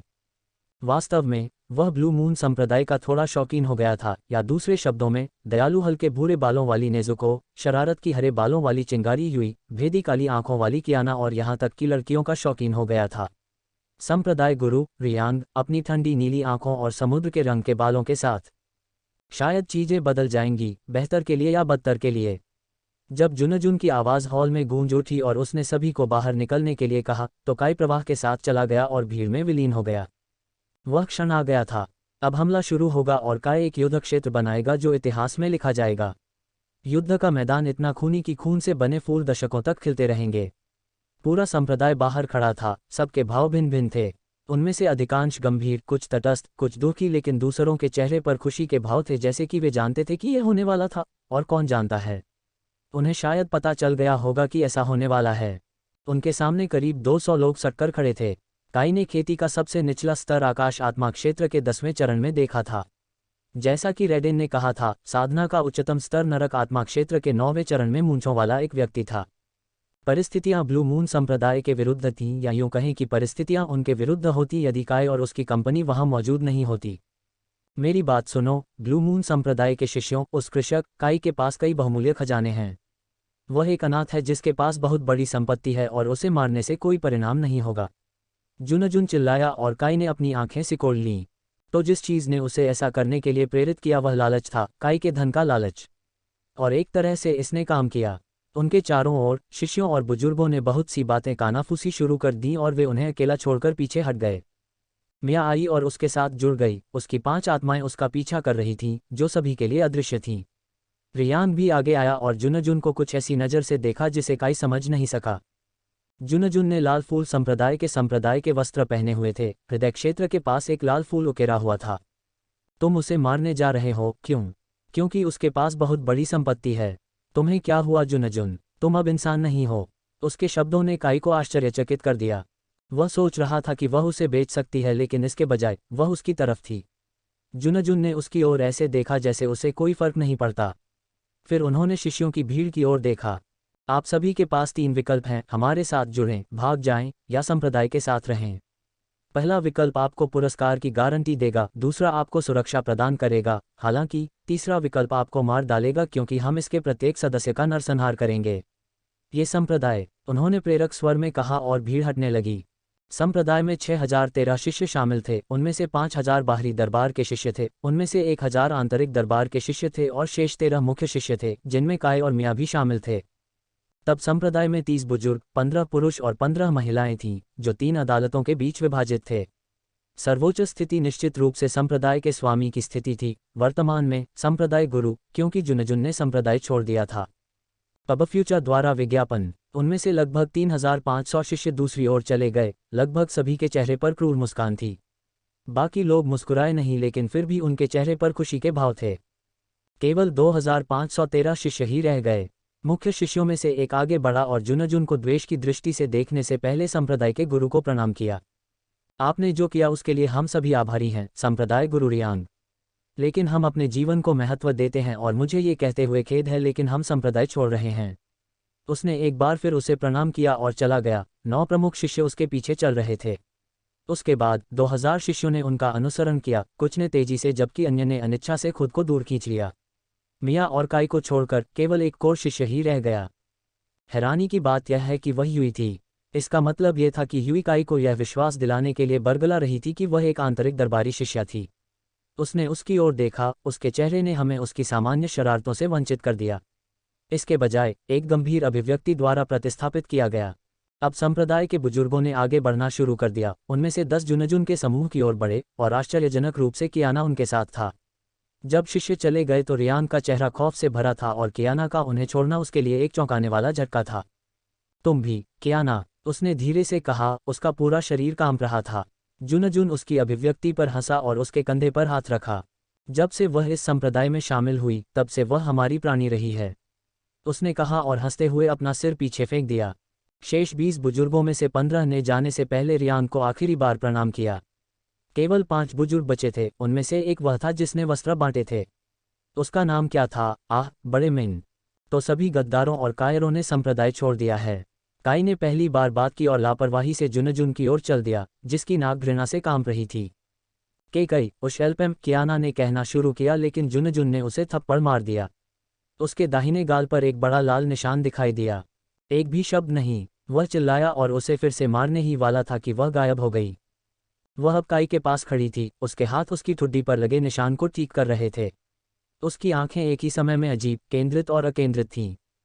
निषिद्ध आत्मा को नियंत्रित करने वाली गोली, उसने धीमी मारक आवाज में कहा। जुनजुन और मूंछों वाले व्यक्ति ने जब उसकी बात सुनी तो वे कांप उठे। मिया और आत्माओं के चेहरे पर अविश्वास के भाव थे, जबकि बाकी सभी लोग असमंजस में थे कि काई किस बारे में बात कर रही है। काई के चेहरे पर शांति थी, डरावनी शांति। उसने कियाना के माथे को छुआ और उसे सुला दिया। युद्ध के मैदान में वापस आने से पहले उसने उसे टेलीपोर्ट करके वापस उसके कमरे में भेज दिया। तुम्हें वह गोली कहाँ से मिली? उसने आदेशात्मक स्वर में कहा, जिससे जुनजुन और मूंछ वाले व्यक्ति को ऐसा महसूस हुआ जैसे उन्हें उसे उत्तर देना चाहिए। ओह, और अगर हम आपको नहीं बताएंगे तो क्या होगा? मूंछ वाले आदमी ने मजाक उड़ाते हुए कहा। काई ने कुछ नहीं कहा और बस मिया की ओर देखा, जो समझ गई कि वह क्या कह रहा है। वह जानकारी प्राप्त करना चाहता था और मिया ही ऐसा करने वाली थी, क्योंकि अगर उसने खुद ऐसा किया तो वह इतना क्रूर काम करेगा कि कोई भी इसके बारे में कभी नहीं भूल पाएगा। वह हवा में उठने लगी और हर कोई उसे देखकर आहें भरने लगा। केवल स्वर्ग आत्मा क्षेत्र के साधक ही उड़ सकते थे। यदि कोई अन्य व्यक्ति उड़ना चाहता है तो उसे खजाने का उपयोग करना होगा। वे सभी उम्मीद कर रहे थे कि मिया किसी खजाने का उपयोग कर रही है, लेकिन उसने उन्हें गलत साबित कर दिया जब उसने अपना तीसरा चरण स्वर्ग आत्मा क्षेत्र की खेती जारी की। मैं तुमसे एक बार फिर पूछूंगा, तुम्हें वह गोली कहाँ से मिली? काई ने उसी घातक आवाज में पूछा और इस बार मूंछ वाले व्यक्ति ने उसके प्रश्न का उत्तर दिया। एक व्यापारी ने इसे हमें बेचा। वह एक स्थान से दूसरे स्थान पर जा रहा है और हमें उसके स्थान के बारे में नहीं पता। हम उसका चेहरा भी नहीं जानते। उसका पूरा चेहरा छिपा हुआ था और हम उससे कोई आध्यात्मिक ऊर्जा महसूस नहीं कर सके। या तो वह इसे छिपाने के लिए एक खजाने का उपयोग कर रहा था। वह बड़बड़ाया और जुनजुन ने घृणा से उसकी ओर देखा, लेकिन जैसे ही अपना आखिरी वाक्य पूरा किया उसने भयभीत होकर काई की ओर देखा। आप डर में थे और मैंने एक ऐसे कौशल का इस्तेमाल किया जो किसी को डर महसूस होने पर सच बोलने के लिए मजबूर करता है। काई में ये समझाने की शालीनता थी कि उसने क्या किया। तो क्या हुआ? आप इस जगह को जीवित नहीं छोड़ रहे हैं। हमारी संख्या में हमारे पास एक बड़ा फायदा है और यहाँ तक कि तीसरे चरण के स्वर्ग आत्मा क्षेत्र के कल्टीवेटर के साथ हम अभी भी आपसे अधिक हैं। और इसके अलावा हमारे पास कई नरक आत्मा लोक के कल्टीवेटर हैं, मैं खुद हूँ शामिल है। वह आदमी ठीक हो गया और उत्साहजनक स्वर में कहा, जिससे उसके सैनिकों को एक नई आशा मिली। आपने हमला करने के लिए गलत जगह चुनी। आप सभी बर्बाद हैं, काई ने कहा और वही तलवार निकाली जो उसने ड्रैगन के खिलाफ इस्तेमाल की थी। चमकदार काला ब्लेड सूरज की रोशनी में चमक रहा है। हालांकि इसके चारों ओर एक अंधकार में आभा थी और पूरे युद्ध क्षेत्र में शक्ति की एक भयानक लहर फैल गई थी। अब नरसंहार शुरू होगा। तलवार ने अत्यधिक अंधकार की आभा बिखेर दी। इसने अपने आसपास मौजूद आध्यात्मिक ऊर्जा को चूसना शुरू कर दिया। मिया ने तलवार को देखकर भौहें सिकोड़ लीं, एक याद उसके दिमाग में घूम रही थी। मैंने वह तलवार कहीं देखी है। मैं इसे याद क्यों नहीं रख सकता? उसने सोचा और काई के चेहरे की ओर देखा। वह सामान्य मुद्रा में खड़ा था, उसके चेहरे पर कोई भाव नहीं था। काई ने जुनजुन की ओर तलवार उठाई, जो चेहरे पर भय के भाव के साथ पीछे हट गया। क्या वह शिखर स्तरीय अमर श्रेणी का हथियार है? मूंछों वाले आदमी ने अविश्वास से पूछा। उसके शब्दों ने दूसरों को काई से और भी अधिक भयभीत कर दिया। यदि आप इसके बारे में भूल गए हैं तो हथियार ग्रेड, आत्मा ग्रेड, शाही ग्रेड, दिव्य ग्रेड और अमर ग्रेड हैं। आगे विभाजित हैं निम्न स्तर, मध्य स्तर, उच्च स्तर और शिखर स्तर। लेकिन काई ने बस अपना सिर पीछे फेंक दिया और हंसा। उसने उन्हें ऐसे देखा मानो उन्होंने अभी अभी उसे दुनिया का सबसे बड़ा चुटकुला सुनाया हो। पीक टिया अमर ग्रेड। उसने हर्षित आंखों से उनकी ओर देखते हुए प्रतिध्वनि की। इस हथियार को वर्गीकृत नहीं किया जा सकता है। इसकी शक्ति की तुलना नहीं की जा सकती है और ऐसे कुछ ही हथियार हैं, और वे भी इससे डरते हैं। उसने तलवार को एक घातक चाप में घुमाते हुए कहा। चौंकाने वाली बात यह है कि तलवार के चारों ओर की हवा ऐसे बंध गई मानो तलवार ने उसे आर पार कर दिया हो। मिया और उसकी आत्माओं को छोड़कर हर कोई उसे घूर रहा था। फिर वह उठने लगा, लेकिन इस बार सभी को विश्वास हो गया कि वह अपने हाथ में पकड़ी हुई तलवार के कारण उड़ रहा है। हवा तूफान की तरह तेज चलने लगी, आसमान में काले बादल घिर आए, धरती हिलने लगी और ऐसा लगने लगा मानो दुनिया खत्म हो जाएगी। जैसे ही उसकी आंखें सुनहरी हो गईं, काई ने जोर से चिल्लाया। उसके शरीर पर स्वर्ण वज्र गिरने से बादल गड़गड़ाने लगे। गड़गड़ाहट को तलवार ने निगल लिया और काई की आंखें वापस बैंगनी हो गईं। लेकिन वे जल्द ही दूसरे रंग में स्थानांतरित हो गए, इस बार शुद्ध बर्फ नीला। काई में बादल बरसे जो जल्द ही ओलों में बदल गए। तलवार ने अपने साथ सारे ओलों और बादलों को भी निगल लिया। फिर उसकी आंखें भूरी हो गईं क्योंकि भूकंप ने नीचे की जमीन को हिला दिया। जमीन का एक बड़ा हिस्सा तलवार की चपेट में आ गया और उसे भी निगल लिया गया। इसके बाद उसकी आंखें धुंधली हो गईं क्योंकि एक बड़ा तूफान उठने लगा। लेकिन इससे पहले कि यह एक विशाल बवंडर में बदल पाता, काई ने उस पर तलवार घुमाई और बवंडर तलवार की चपेट में आ गया। आखिरकार काई की आंखें काली शुद्ध काली हो गईं। उसने अपना बायां हाथ बढ़ाया और लौ की एक काली गेंद बनाई। उसने इसे तलवार को खिला दिया और उसका पूरा शरीर चमकने लगा। उसकी आंखें, जो अब बैंगनी हो गई थीं, भी चमकने लगीं। पब फ्यूचर द्वारा विज्ञापन, मैं क्या वह भगवान है? रियांग ने मिया से पूछा, क्योंकि उसे विश्वास था कि उसके पास इसका उत्तर है। बाकी सभी लोग भी मिया को घूरते रहे क्योंकि उन्हें लगा कि वह काई को जानती है। ऐसा करने का उनका कारण ये था कि काई जो कर रही थी वह उनके पूरे अस्तित्व को हिला रहा था। मिया भी आकाश में अकेले तैरते हुए उसे देखती रही। चाहे वह अपने हरम के कितना भी करीब क्यों न हो, वह हमेशा अपनी लड़ाई अकेले ही लड़ता था। वह कभी भी भगवान नहीं बनना चाहता था, लेकिन भाग्य ने उसे हरम अधिपति बनने के लिए प्रेरित किया, और भाग्य ने सचमुच उसका नेतृत्व किया, या दूसरे शब्दों में भाग्य के निर्माता ने उसका नेतृत्व किया। तत्वों की सच्ची शक्ति और उन्हें चलाने वाला, उसने साफ आवाज में कहा, जैसे इससे सब कुछ सुलझ गया हो। उसकी बातें सुनकर आत्माओं ने सम्मान में घुटने टेक दिए। ये काई द्वारा अर्जित कई उपाधियों में से एक थी, तत्वों का स्वामी। हर कोई तत्वों का उपयोग कर सकता था, लेकिन काई ने उनका उपयोग इस तरह किया जैसे कि वे उसके अपने शरीर के अंग हों। उसने तत्वों के शासकों का अपहरण कर लिया था। ये कहानी पूरे ऊपरी क्षेत्र में प्रसिद्ध है। हालांकि किसी को नहीं पता था कि उसने ऐसा क्यों किया या उसने ऐसा कैसे किया। मिया की बातें सुनने के बाद काई ने नीचे देखा। आखिरकार उसने तलवार को एक चाप में उठाया और घुमाया। उसमें से एक सफ़ेद लहर निकली, लेकिन जमीन तक पहुंचने से पहले ही वह एक विशाल तूफान में बदल गई, त्वचा को ऐसे चीरते हुए जैसे कि वह कागज हो। बवंडर ने नरसंहार शुरू कर दिया, अपने साथ 500 से अधिक लोगों को, शत्रुओं और सहयोगियों दोनों को, मार डाला। ब्लू मून संप्रदाय के वफादार शिष्यों के जीवन में वापस आने पर काई ने अपनी उंगलियां चटका लीं। वह यहाँ किसी को भी अनंत बार पुनर्जीवित कर सकता था।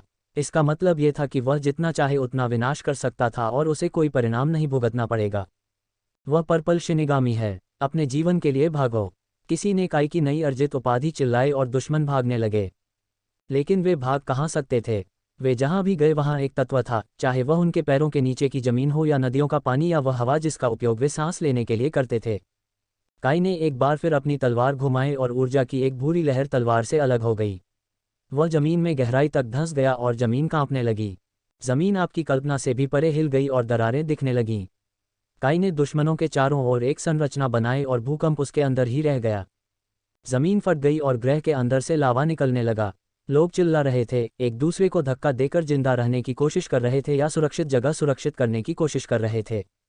अगर ये भूकंप धरती पर आया तो इसे 10 मेगा स्केल के तौर पर रिकॉर्ड किया जा सकता है। जमीन का वह पूरा टुकड़ा जिस पर दुश्मन खड़े थे बिखर गया। वे एक विशाल गड्ढे में गिर गए क्योंकि लावा ने उनके शरीर को जलाना शुरू कर दिया। कुछ देर बाद उनकी चीखें शांत हो गईं और इसके बाद एकदम सन्नाटा छा गया। जब तक काई ने जमीन और उस पर खड़े लोगों को बहाल नहीं कर दिया तब तक पूरी तरह से सन्नाटा। हर कोई वापस आ गया और चिल्लाने लगा। आश्चर्य हुआ कि उन्होंने काई जैसी इकाई पर हमला करने का फैसला क्यों किया। दया, कृपया दया दिखाओ, हे मृत्यु के महान देवता। मूंछों वाला लड़का घुटनों के बल गिर गया और गिड़गिड़ाने लगा। उसकी आंखों से आंसू गिर रहे थे। बाकी सभी लोग उसके पीछे हो लिए, उनके साथ जुनजुन भी। काई ने उन्हें देखा, उसका चेहरा घृणा से भरा हुआ था। दया, दया जैसी कोई चीज़ नहीं है। मुझे नहीं लगता कि अगर मैं बहुत सारी संपत्ति वाला एक सामान्य अनाथ होता तो आप दया दिखाते। आपने मुझे मार डाला होता और मेरी संपत्ति छीन ली होती। चूंकि हर एक पुरुष बड़े को छोड़कर मिन संप्रदाय छोड़ दिया, तुमने निश्चित रूप से महिलाओं का बलात्कार किया होगा और जो लोग गुलाम के रूप में रहना चाहते थे उन्हें ले लिया होगा। उसने क्रूर स्वर में कहा, उसका चेहरा क्रोध से भरा हुआ था। मैं कोई भगवान नहीं हूँ। कोई भगवान नहीं है, और अगर कोई है जिसने इसे बनाया है तो उन्हें किसी बात की परवाह नहीं है। यदि आप मेरे सहयोगी हैं तो मैं आपकी सबसे वांछित इच्छा पूरी कर दूंगा। यदि आप मेरे दुश्मन हैं तो मैं तुम्हारा सबसे बुरा सपना हूँ। उसने ठंडे स्वर में कहा और अपनी तलवार 2 बार घुमाई। नीली और सुनहरी बर्फ की 2 लहरें निकलीं और वे एक विशाल सुनामी में बदल गईं और बिजली अप्रत्याशित गति से चलने लगी। खेती करने वालों के फेफड़ों में पानी भर जाने से वे डूबने लगे। अन्य लोग बिजली का झटका लगने से मरने लगे क्योंकि गीले होने पर बिजली गिरने से वे जल गए। उनके शरीर अंदर तक जल गए और वे चिल्लाते हुए मर गए। लेकिन ये अंत नहीं था, एक आखिरी हमला बाकी था। सुनामी थमने और बिजली गिरने के बाद काई ने उन्हें एक बार फिर जीवित किया और उत्तर की ओर देखा। यदि आप मुझे क्रोधित करेंगे तो ऐसा होगा। मेरा क्रोध कोई ऐसी चीज़ नहीं है जिसे आप झेल सकें। पूर्वज जियान वतनबे, काई ने पूर्वज वतनबे से कहा, जो भयानक आभा को महसूस करने के बाद यहाँ आए थे। वह उसे देखकर हौंफने लगी क्योंकि उसका चेहरा वही था जिसके बारे में वह कुछ समय से सोच रही थी। उसने पूरी घटना देखी थी और वह भयभीत थी। हालांकि उसने कुछ नहीं किया, या यूं कहें कि वह कुछ नहीं कर सकी क्योंकि उसका शरीर डर से उबर चुका था। उन्होंने स्वयं ब्लू मून संप्रदाय को एक महान संप्रदाय नियुक्त किया था। वह अपनी जवानी के दिनों में विकृत थी और उसे शरारतें करना पसंद था। अपनी शक्तियों के कारण वह पश्चिमी महाद्वीप की शासक के रूप में उभरी थी। उसने काई की ओर देखा और सोचा कि अगर उसने उसकी ओर तलवार घुमा दी तो क्या होगा। उसकी आंखें डर से भरी थीं और वह कुछ नहीं बोल पा रही थी। वह हवा में लटकी रही और नीचे लोगों को देखती रही। ब्लू मून संप्रदाय, या जो कुछ बचा था, उनके चेहरे पर न्याय के भाव थे। हालांकि उनमें से कुछ को जो कुछ हुआ उससे घृणा हुई, लेकिन जब उन्होंने काई को ये कहते सुना कि दूसरी तरफ के पुरुष उनके साथ बलात्कार करेंगे तो उन्होंने अपना सिर हिलाया क्योंकि उन्हें लगा कि काई ने सही काम किया है। दूसरी ओर जुनजुन और मूंछों वाले व्यक्ति के चेहरे पर भय के भाव थे। पहली 4 लहरों ने काफी तबाही और दर्द पैदा किया था। आखिरी हमला क्या होगा? उन्होंने ज्वाला का काला गोला देखा था और जानते थे कि यह दूसरों की तुलना में अधिक दर्दनाक होगा। वे केवल यही जानते थे कि इसके बाद सब कुछ खत्म हो जाएगा। काई ने उन्हें दया की दृष्टि से देखा, भले ही वह वही था जो सब कुछ कर रहा था। आत्मा की काली लपटें तुम्हें जलाकर शून्य कर देंगी और ये तुम्हारी आत्मा की नींव को जला देंगी। इससे बुरा कुछ नहीं हो सकता। आखिरी बार तलवार घुमाने से पहले उसने क्रूर स्वर में कहा। एक विशाल काली लहर के बजाय तरबूज के आकार की एक काली गेंद तलवार से छोड़ी गई। काई ने शांति से तलवार वापस पेंडेंट में रख दी क्योंकि उसने काली गेंद को लाल फूल संप्रदाय के सदस्यों और ब्लू मून संप्रदाय के गद्दारों की ओर गिरते हुए देखा। बाम ऐसा लग रहा था मानो कोई उल्का आकाश से गिर रहा हो। गोला फट गया और बारिश शुरू हो गई, लेकिन जैसे ही लौ की बूंद लोगों के संपर्क में आई, चीखें उठने लगीं। काली लौ उनके शरीर से चिपकने लगी, जिससे उनकी त्वचा, हड्डियां और वह सब कुछ जल गया जिसे उसने छुआ। आग की लपटें उनके पूरे शरीर में फैलने लगी, लेकिन उसके बाद कुछ भी नहीं जला। लेकिन वे अभी भी चिल्ला रहे थे। आत्मा काली लपटें। इसे ये नाम इसलिए नहीं मिला कि यह मस्त नाम था, इसका कारण ये था कि इन लपटों ने आपकी आत्मा को जला दिया था। सचमुच आपकी आत्मा को जला दिया। जिस किसी को भी यह छू गया, वह अपनी आत्मा की गहराई में छुपे सबसे बुरे डर को देख रहा था। उनका स्याह पक्ष सामने आ रहा था और उन्हें मार रहा था। हर बार जब उनकी आत्मा को बड़ा झटका लगता था तो उनके शरीर का एक टुकड़ा जलकर नष्ट हो जाता था। ये देखना कष्टदायक था और कुछ शिष्यों को मिचली आ गई और उन्होंने उल्टी कर दी। लेकिन जियान वतनबे काई को घूर रही थी, उसकी अभिव्यक्ति अपठनीय थी।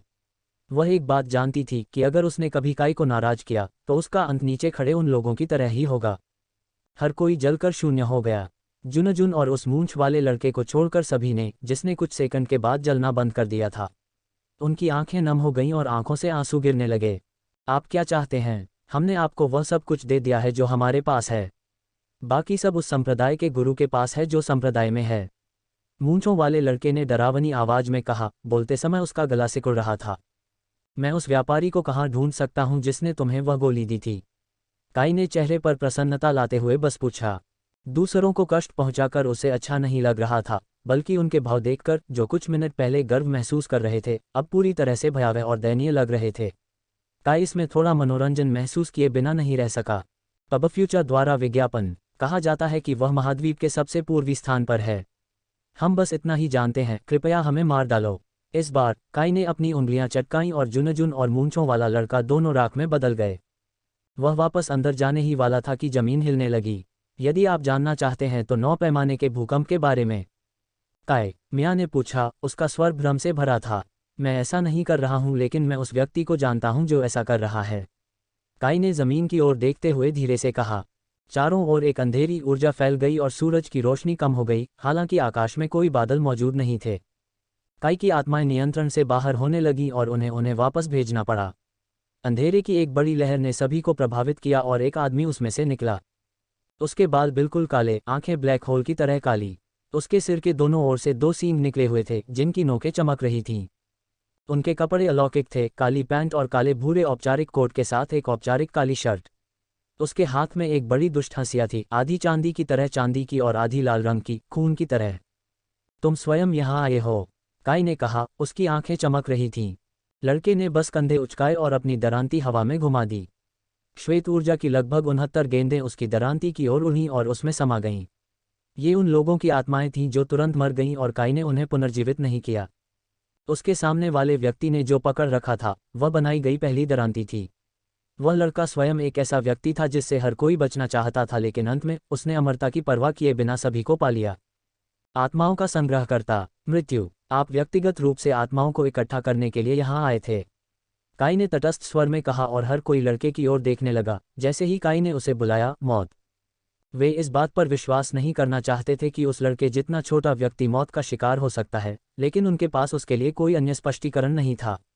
और उन्होंने कुछ भी नहीं कहा, क्योंकि अगर यह सच निकला तो वे इसका परिणाम नहीं भुगतना चाहते थे। आप जीवित हैं, ठीक है, जैसा मैंने सोचा था, इच्छा और अभिशाप अभी भी मौजूद हैं। लड़का मृत्यु प्रसन्न स्वर में बोला, कुछ ऐसा जिसे आप मृत्यु के साथ नहीं जोड़ सकते, जिसके बारे में बोलते हुए आपको उम्मीद होगी कि उसने एक बड़ा लबादा पहना होगा जिससे उसका पूरा शरीर ढका हुआ होगा। लेकिन ईमानदारी से कहें तो मौत एक आधुनिक प्रकार का व्यक्ति था। वह आगे बढ़ा और काई को गले लगा लिया, जिससे सभी को आश्चर्य हुआ, काई को छोड़कर, जिसने उसे वापस गले लगा लिया। ये देखकर कि मिया यहाँ है, वह भी जीवित है ना? मौत ने काई की ओर देखते हुए पूछा, जिसने सिर हिलाया। तुम्हें मेरा नाम कैसे मालूम? मिया ने पूछा। मौत उसे घूरने से पहले हल्के से मुस्कुराए। मिया को ऐसा लग रहा था जैसे मौत उसकी आत्मा पर झांक रही हो। मैं एक ही समय में सब कुछ देखता हूँ और कुछ भी नहीं। मैं तुम्हारे बारे में सब कुछ जानता हूँ और फिर भी मैं तुम्हारे बारे में कुछ नहीं जान पाऊंगा।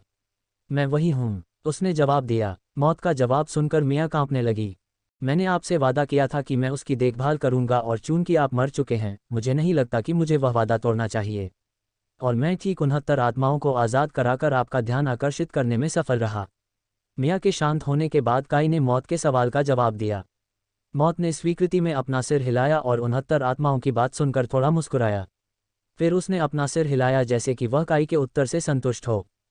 ठीक है, देर सबेर मैं यहाँ मौजूद सभी लोगों को देखूंगा। हर चीज़ मेरे पास वापस आ जाती है, और जितना मैं नहीं चाहता, तुम भी मेरे पास लौट आओगे। सभी को खुले मुंह के साथ छोड़कर गायब होने से पहले मौत ने उदास स्वर में कहा। वह क्या था? वतनबे ने पूछा, लेकिन अचानक वह अचंभित हो गई। मिया को छोड़कर बाकी सभी लोग उसका पीछा कर रहे थे। उनकी आंखें पीछे की ओर घूम रही थीं और उनके शरीर मूर्ति की तरह स्थिर थे। यदि आप चाहें तो वह मूल मृत्यु है, आत्माओं का संग्रह करता है, काटने वाला है। मैंने उसकी बहन की देखभाल करने का वादा किया था, और खैर, मैं क्या कह सकता हूँ। चाहे मौत हो या अन्यथा, आप अपना वादा नहीं तोड़ते। मैं जानना नहीं चाहता कि क्या होगा। काई ने मिया के अनपूछे प्रश्न का उत्तर दिया। मुझे पता है कि आपका हरम काफ़ी दुर्जय है, लेकिन फिर भी आपको एक सदस्य के रूप में मौत की भयावह बहन मिली है। वह जोर से चिल्लाई जैसे उसे अभी पता चला हो कि वह गर्भवती है। मुझे ऐसे लोग मिले जो उससे भी अधिक ताकतवर हैं। बस मेरे साथ रहो और तुम उनसे मिलोगे। लेकिन अभी के लिए मुझे कियाना को ठीक करना होगा और एक और महत्वपूर्ण काम करना होगा। उसने अपने सामने ज़मीन की ओर देखते हुए उससे कहा। वह खून से भरा हुआ था। खून की नदियाँ, और काई ही थी जिसने इसे बनाया था। वह जो करना चाहता था उसे करने से पहले उसने इसकी एक बूंद उठाई। बाकी लोग घबरा गए और काई की ओर देखने लगे, जिसने उसकी उंगलियां चटका दीं। रक्त से रक्त लाल फूल खिलने लगे। उनकी पंखुड़ियां इतनी लाल हो गईं जितनी आपने कभी देखी होंगी। खून से पैदा हुए इन फूलों को एक अनुस्मारक के रूप में रहने दो कि अगर तुम मुझे गुस्सा दिलाओगे तो क्या होगा, उसने कहा और गायब हो गया। आखिरी फूल खिला और उसकी पंखुड़ी से खून की एक बूंद गिरी। रक्त, क्रोध और नई शुरुआत का प्रतीक है। मिया तेजी से कियाना के घर की ओर भागी, क्योंकि काई उसे अपने साथ ले जाना भूल गया था। जैसे ही मिया दूर गई, वतनबे खून के फूल के करीब गया और एक को उठा लिया। ये पूरा पड़ा गया था और इसके बीच में खून की एक बूंद थी। ब्लू मून संप्रदाय के शेष शिष्यों, बुजुर्गों और संप्रदाय गुरु ने वतनबे के हाथ में फूल को देखा। फिर उनकी नज़र पूरे क्षेत्र में फैले फूलों के समूह की ओर जाती है। फूलों से ऐसी सुगंध निकल रही थी जो खून के समान थी, हालांकि एक मीठी सुगंध थी। उन सभी ने एक ही समय में सोचा, अगर काई यहाँ नहीं होती तो क्या होता। वे ऐसी कल्पना नहीं करना चाहते थे, इसलिए उन्होंने यह विचार मन से निकाल दिया और जमीन पर बैठ गए। काई की ओर से वह कियाना का इलाज करने ही वाला था कि मिया अचानक दरवाजे से अंदर घुस गई। वह हौंफ रही थी, क्योंकि यहाँ तक पहुँचने के लिए वह पूरे संप्रदाय को पार करते हुए दौड़ी थी। मुझे लगता है आप कुछ भूल गए हैं, उसने कियाना की ओर देखते हुए व्यंग्यपूर्वक कहा, जो अपने बिस्तर पर शांति से सो रही थी। ठीक है, आपके लिए अच्छा है। आपने दौड़ने का एक नया रिकॉर्ड बनाया है। काई ने मुस्कुराहट के साथ उत्तर दिया, जो तुरंत गायब हो गई। क्या आप उसे ठीक कर सकते हैं? मिया ने पूछा। उसकी आवाज़ संदेह से भरी थी। आत्मा को नियंत्रित करने वाली गोली आपकी आत्मा को दूसरे व्यक्ति की आत्मा से बांध देती है। चाहे वे आपको मरने या मारने के लिए कहें, आपको उनकी आज्ञा का पालन करना होगा। उसने उसके प्रश्न का उत्तर न देते हुए कहा। लेकिन वह वापस लड़ रही थी। मियाँ ने कहा क्योंकि उसे याद आया कि कियाना ने काई से मेरी मदद करो कहा था। उसने जो गोली खाई वह निम्न श्रेणी की खिंचाव वाली थी। गोली में जितनी कम अशुद्धियाँ होंगी वह उतनी ही अधिक शक्तिशाली होगी। लेकिन क्योंकि यह निम्न श्रेणी की गोली थी, कियाना की आत्मा उससे बंधी दूसरी आत्मा को चुनौती देने में सक्षम थी। काई ने समझाया। फिर वह कियाना की ओर देखने के लिए पीछे मुड़ा और उसका हाथ सफ़ेद रोशनी से जगमगा उठा। उसने उसके माथे को छुआ और उसकी आंखें खुल गईं। बेहोश होने से पहले उसने काई, फिर मियाँ और फिर पूरे कमरे को घूर कर देखा। उसकी आत्मा से बंधी आत्मा पहले ही मर चुकी है। उस आत्मा के कुछ ही हिस्से उसमें बचे थे और उन्हें निकालना काफ़ी आसान था। कुछ समय बाद वह ठीक हो जाएगी, उसने कहा और अपना घर छोड़ दिया। मियाँ उसके पीछे चल रही थी। असली सवाल यह है कि उस व्यापारी को ये गोली कैसे मिली। जब वे संप्रदाय के प्रवेश द्वार की ओर चल रहे थे तो मियाँ ने काई से पूछा, पूरे ब्रह्मांड में केवल 5 लोग ही उस गोली का निर्माण कर सकते हैं। उनमें से 2 पूरे ब्रह्मांड में सर्वश्रेष्ठ कीमिया संप्रदाय के हैं और रिसिया के पूर्व शिष्य भी हैं। तीसरा खुद रिसिया है और चौथा व्यक्ति इस गोली का निर्माता है। मर गया। 5वां व्यक्ति निस्संदेह मैं ही हूँ। उसने लोगों को अपने दाहिने हाथ से गिना। इसका मतलब यह है कि रिसिया भी इसी ग्रह पर है, मियाँ ने अचानक कहा क्योंकि उसे काई के शब्दों के पीछे का अर्थ समझ में आया। उसने सहमति में सिर हिलाया। पबफ्यूचा द्वारा विज्ञापन, इसका मतलब है कि हमें उसे ढूंढना होगा। लेकिन समस्या यह है कि मैं हमें दूसरे महाद्वीप में टेलीपोर्ट नहीं कर सकता। ऐसा करने से पहले मुझे शाही आत्मा क्षेत्र के दूसरे चरण में प्रवेश करना होगा। उसने और मियाँ ने संप्रदाय के प्रवेश द्वार पर वापस टेलीपोर्ट करते हुए आह भरते हुए कहा। कोई भी अपनी जगह से नहीं हिला था। ऐसा लग रहा था जैसे वे काई के वापस आने का इंतजार कर रहे थे, क्योंकि जैसे ही उन्होंने उसे देखा वतनबे को छोड़कर वे सभी खड़े हो गए और झुक गए। आपकी मदद के लिए धन्यवाद काई। मुझे एक महत्वपूर्ण प्रश्न पूछना है जिसे मैं बाद में पूछूंगा। संप्रदाय गुरु मंडप में मुझसे मिलें, रियांग ने कहा और चला गया। शिष्य उसके पीछे चल रहे थे। केवल काई, वतनबे और मियाँ ही रह गए। तुम्हें वह खजाना कहाँ से मिला? वतनबे ने पूछा और मियाँ ने काई की ओर अपनी भौहें उठाईं। उसे वतनबे को रोकना पड़ा ताकि वह मियाँ को पूरी कहानी बता सके। मैंने उनकी यादों को बदल दिया ताकि वे देख सकें कि मैंने 8वें चरण के स्वर्ग आत्मा क्षेत्र के जानवर को बुलाने के लिए एक खजाने का बलिदान दिया है। गद्दार तुरंत मर गए और मैंने सभी को बताया कि मेरे पास कई और खजाने हैं। उन्हें आपके पास पहले चरण के स्वर्ग के बारे में याद नहीं है, आध्यात्मिक क्षेत्र की खेती या उनके मरने और फिर से पुनर्जीवित होने के बारे में, या व्यावहारिक रूप से वह सब कुछ जो घटित हुआ। काई ने समझाया। जैसा कि आप पहले से ही काई के आदर्श वाक्य को जानते हैं, यदि आप नाटक नहीं चाहते हैं तो यादें हटा दें। उसे ऐसा करना पड़ा। उन्होंने वतनबे को शांत किया और उनके प्रश्न का उत्तर दिया। आप ये जानना नहीं चाहते, उन्होंने खतरनाक लहजे में कहा और वतनबे ने विषय बदलने का फैसला किया। मैं कुछ समय के लिए इस संप्रदाय में रहने जा रहा हूँ, सिर्फ ये सुनिश्चित करने के लिए कि लाल फूल संप्रदाय आगे हमले न करे, उसने कहा और संप्रदाय की ओर बढ़ गई। मियाँ और काई ने एक दूसरे पर भौहें उठाईं। दोनों वतनबे की हरकतों को लेकर भ्रमित थीं। वास्तव में वतनबे को आगे के हमलों की परवाह नहीं थी, क्योंकि काई उनकी देखभाल करेगा। लाल फूल संप्रदाय की शक्ति वैसे भी आधी हो गई थी। असल में वह काई के साथ रहना चाहती थी और बाकी आप जानते हैं। क्या तुमने उस औरत को 2 बार में ही बहका लिया? मियाँ ने तब पूछा जब उसे यकीन हो गया कि वतनबे सुनने की सीमा से बाहर है। अच्छा, मैं क्या कह सकता हूँ? महिलाएं मुझे पसंद करती हैं और मैं उन्हें पसंद करता हूँ, काई ने कंधे उचकाते हुए कहा और दाहिनी ओर चला गया जब मियाँ ने उसके कंधे पर मारने की कोशिश की। मजाक छोड़ो, आखिर तुमने मौत की बहन को कैसे बहकाया? मियाँ ने वह सवाल पूछा जो उसके दिमाग में घूम रहा था। मैंने उसे बिल्कुल भी बहकाया नहीं। ईमानदारी से कहूँ तो मैं उससे बहकाया गया था, काई ने कहा और हंसे। मियाँ उसके उत्तर से हैरान थी। तुम्हारा इससे क्या मतलब है? जब आप उसे देखेंगे तो आप भी उससे मोहित हो जाएंगे। उसने अपने लिए एक उपनाम भी रखा है, मौत का मोहक। हालांकि उसकी जुड़वां बहन उससे बिल्कुल अलग है। उसकी जुड़वां बहन का उपनाम द तसुंडेर ऑफ लाइट है, काई ने कहा और अतीत को याद करते हुए उसकी आंखें धुंधली हो गईं। लेकिन मियाँ सवालों से भरी थी। उसकी एक बहन है, क्या उसका भी मृत्यु से कोई संबंध है? क्या शांत हो जाए। मृत्यु का एक प्रतिरूप है, वास्तव में कई प्रतिरूप हैं। रचनाकार, यदि आप चाहें। और उसी तरह उसकी बहन का भी एक प्रतिरूप है। ये काफ़ी सरल है, उसने कहा। जो भी हो, लेकिन असली बात यह है कि तुमने उसे कैसे जीत लिया? मियाँ ने पूछा। मुझे मौत से लड़ना पड़ा, जो मैं कह सकता हूँ एक सुखद अनुभव नहीं था। उसकी लानत मलामत आत्माओं की शक्ति को बुलाती रही और वह बहुत शक्तिशाली थी। लेकिन फिर भी लड़ाई गतिरोध में समाप्त हुई और मौत ने मुझसे देखभाल करने के लिए कहा। उसकी बहन। मियाँ को अपने कानों पर विश्वास नहीं हो रहा था। काई ने मौत से लड़ाई की थी और मैच टाई पर खत्म हुआ था। वह अविश्वसनीय था। लेकिन उसकी बहन की मृत्यु हो गई और जब उसने तुम्हें देखा तो वह क्रोधित नहीं हुआ। मिया ने याद करते हुए कहा कि मौत ने काई को गले लगा लिया था। वह पहले से ही जानता था कि वह नहीं मरी क्योंकि वह जानता है कि हर कोई वास्तव में कैसे मरता है। उसके पास इस ब्रह्मांड में जीवित प्रत्येक व्यक्ति के लिए एक किताब है और उस व्यक्ति की किताब में ये दर्ज है कि वे कैसे मरते हैं। लेकिन बात यह है कि कोई भी उस किताब को नहीं पढ़ सकता है। ये किसी व्यक्ति के मरने से केवल 5 मिनट पहले खुलता है। तो इस वजह से वह जानता था कि वह या आप या अन्य लोग मरे नहीं थे। उन्होंने बताया कि जब मिया ने सुना कि हर किसी के पास मौत की किताब होती है तो उसकी आंखें चौड़ी हो गईं। ठीक है, मैं तुमसे बाद में मिलूंगा। जाकर रियांग और वतनबे से बात करनी होगी और मुझे कियाना की स्थिति भी देखनी होगी। गायब होते ही काई ने विदाई ली। किसी तरह मिया को यह एहसास हुआ कि काई जो बातचीत करने वाली थी वह बातचीत से कुछ अधिक होगी। खैर, वह क्या कर सकती थी। तारानकन। काई अपनी बात पर कायम रहा और कियाना का हाल जानने के लिए उसके घर गया। हैरानी की बात यह है कि वह जाग रही थी और अपनी आंखें बंद कर रही थी। आप क्या कर रहे हो? काई ने धीरे से उसके पास पहुंचते हुए पूछा। काई की आवाज़ सुनते ही कियाना उछल पड़ी और उसने उसकी छाती को अपने चेहरे से लगा लिया।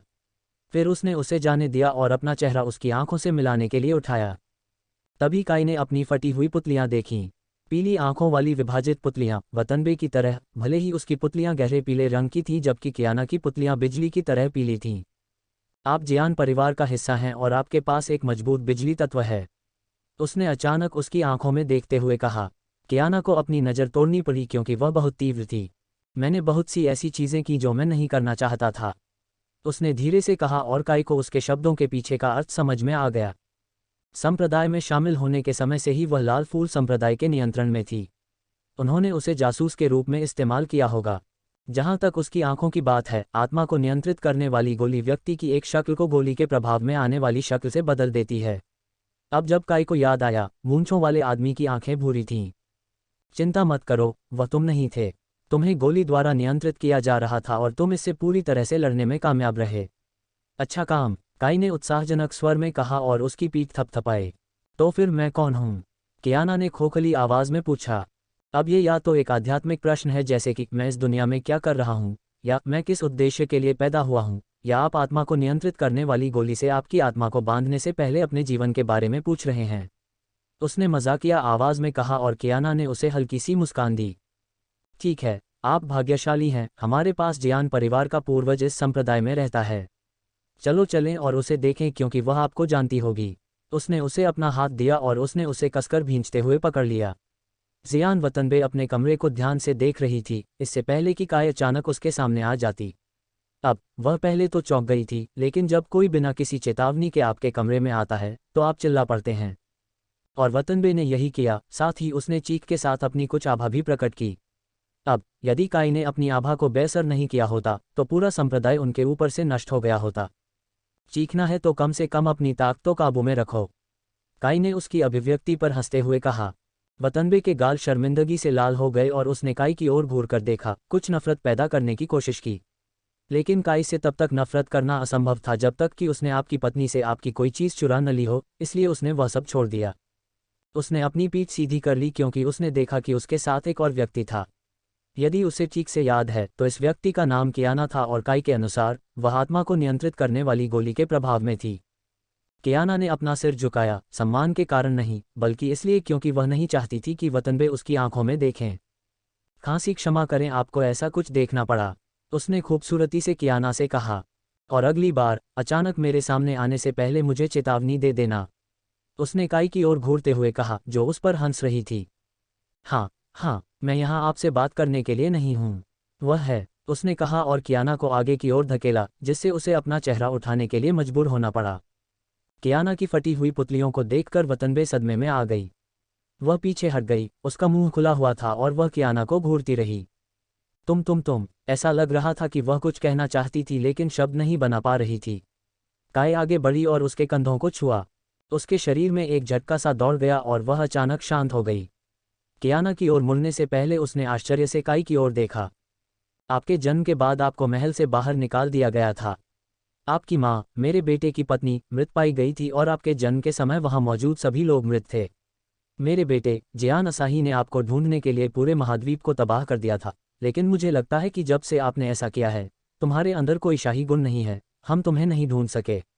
वातानाबे ने कियाना के गाल को छूते हुए उदास होकर कहा, जबकि काई कुछ दूरी पर खड़ा होकर सोच रहा था कि क्या वह लंबे समय से खोई हुई पोती और उसकी दादी के पुनर्मिलन के एपिसोड में फंस गया है, क्योंकि ऐसा जरूर लग रहा था कि वह इसमें फंस गया है।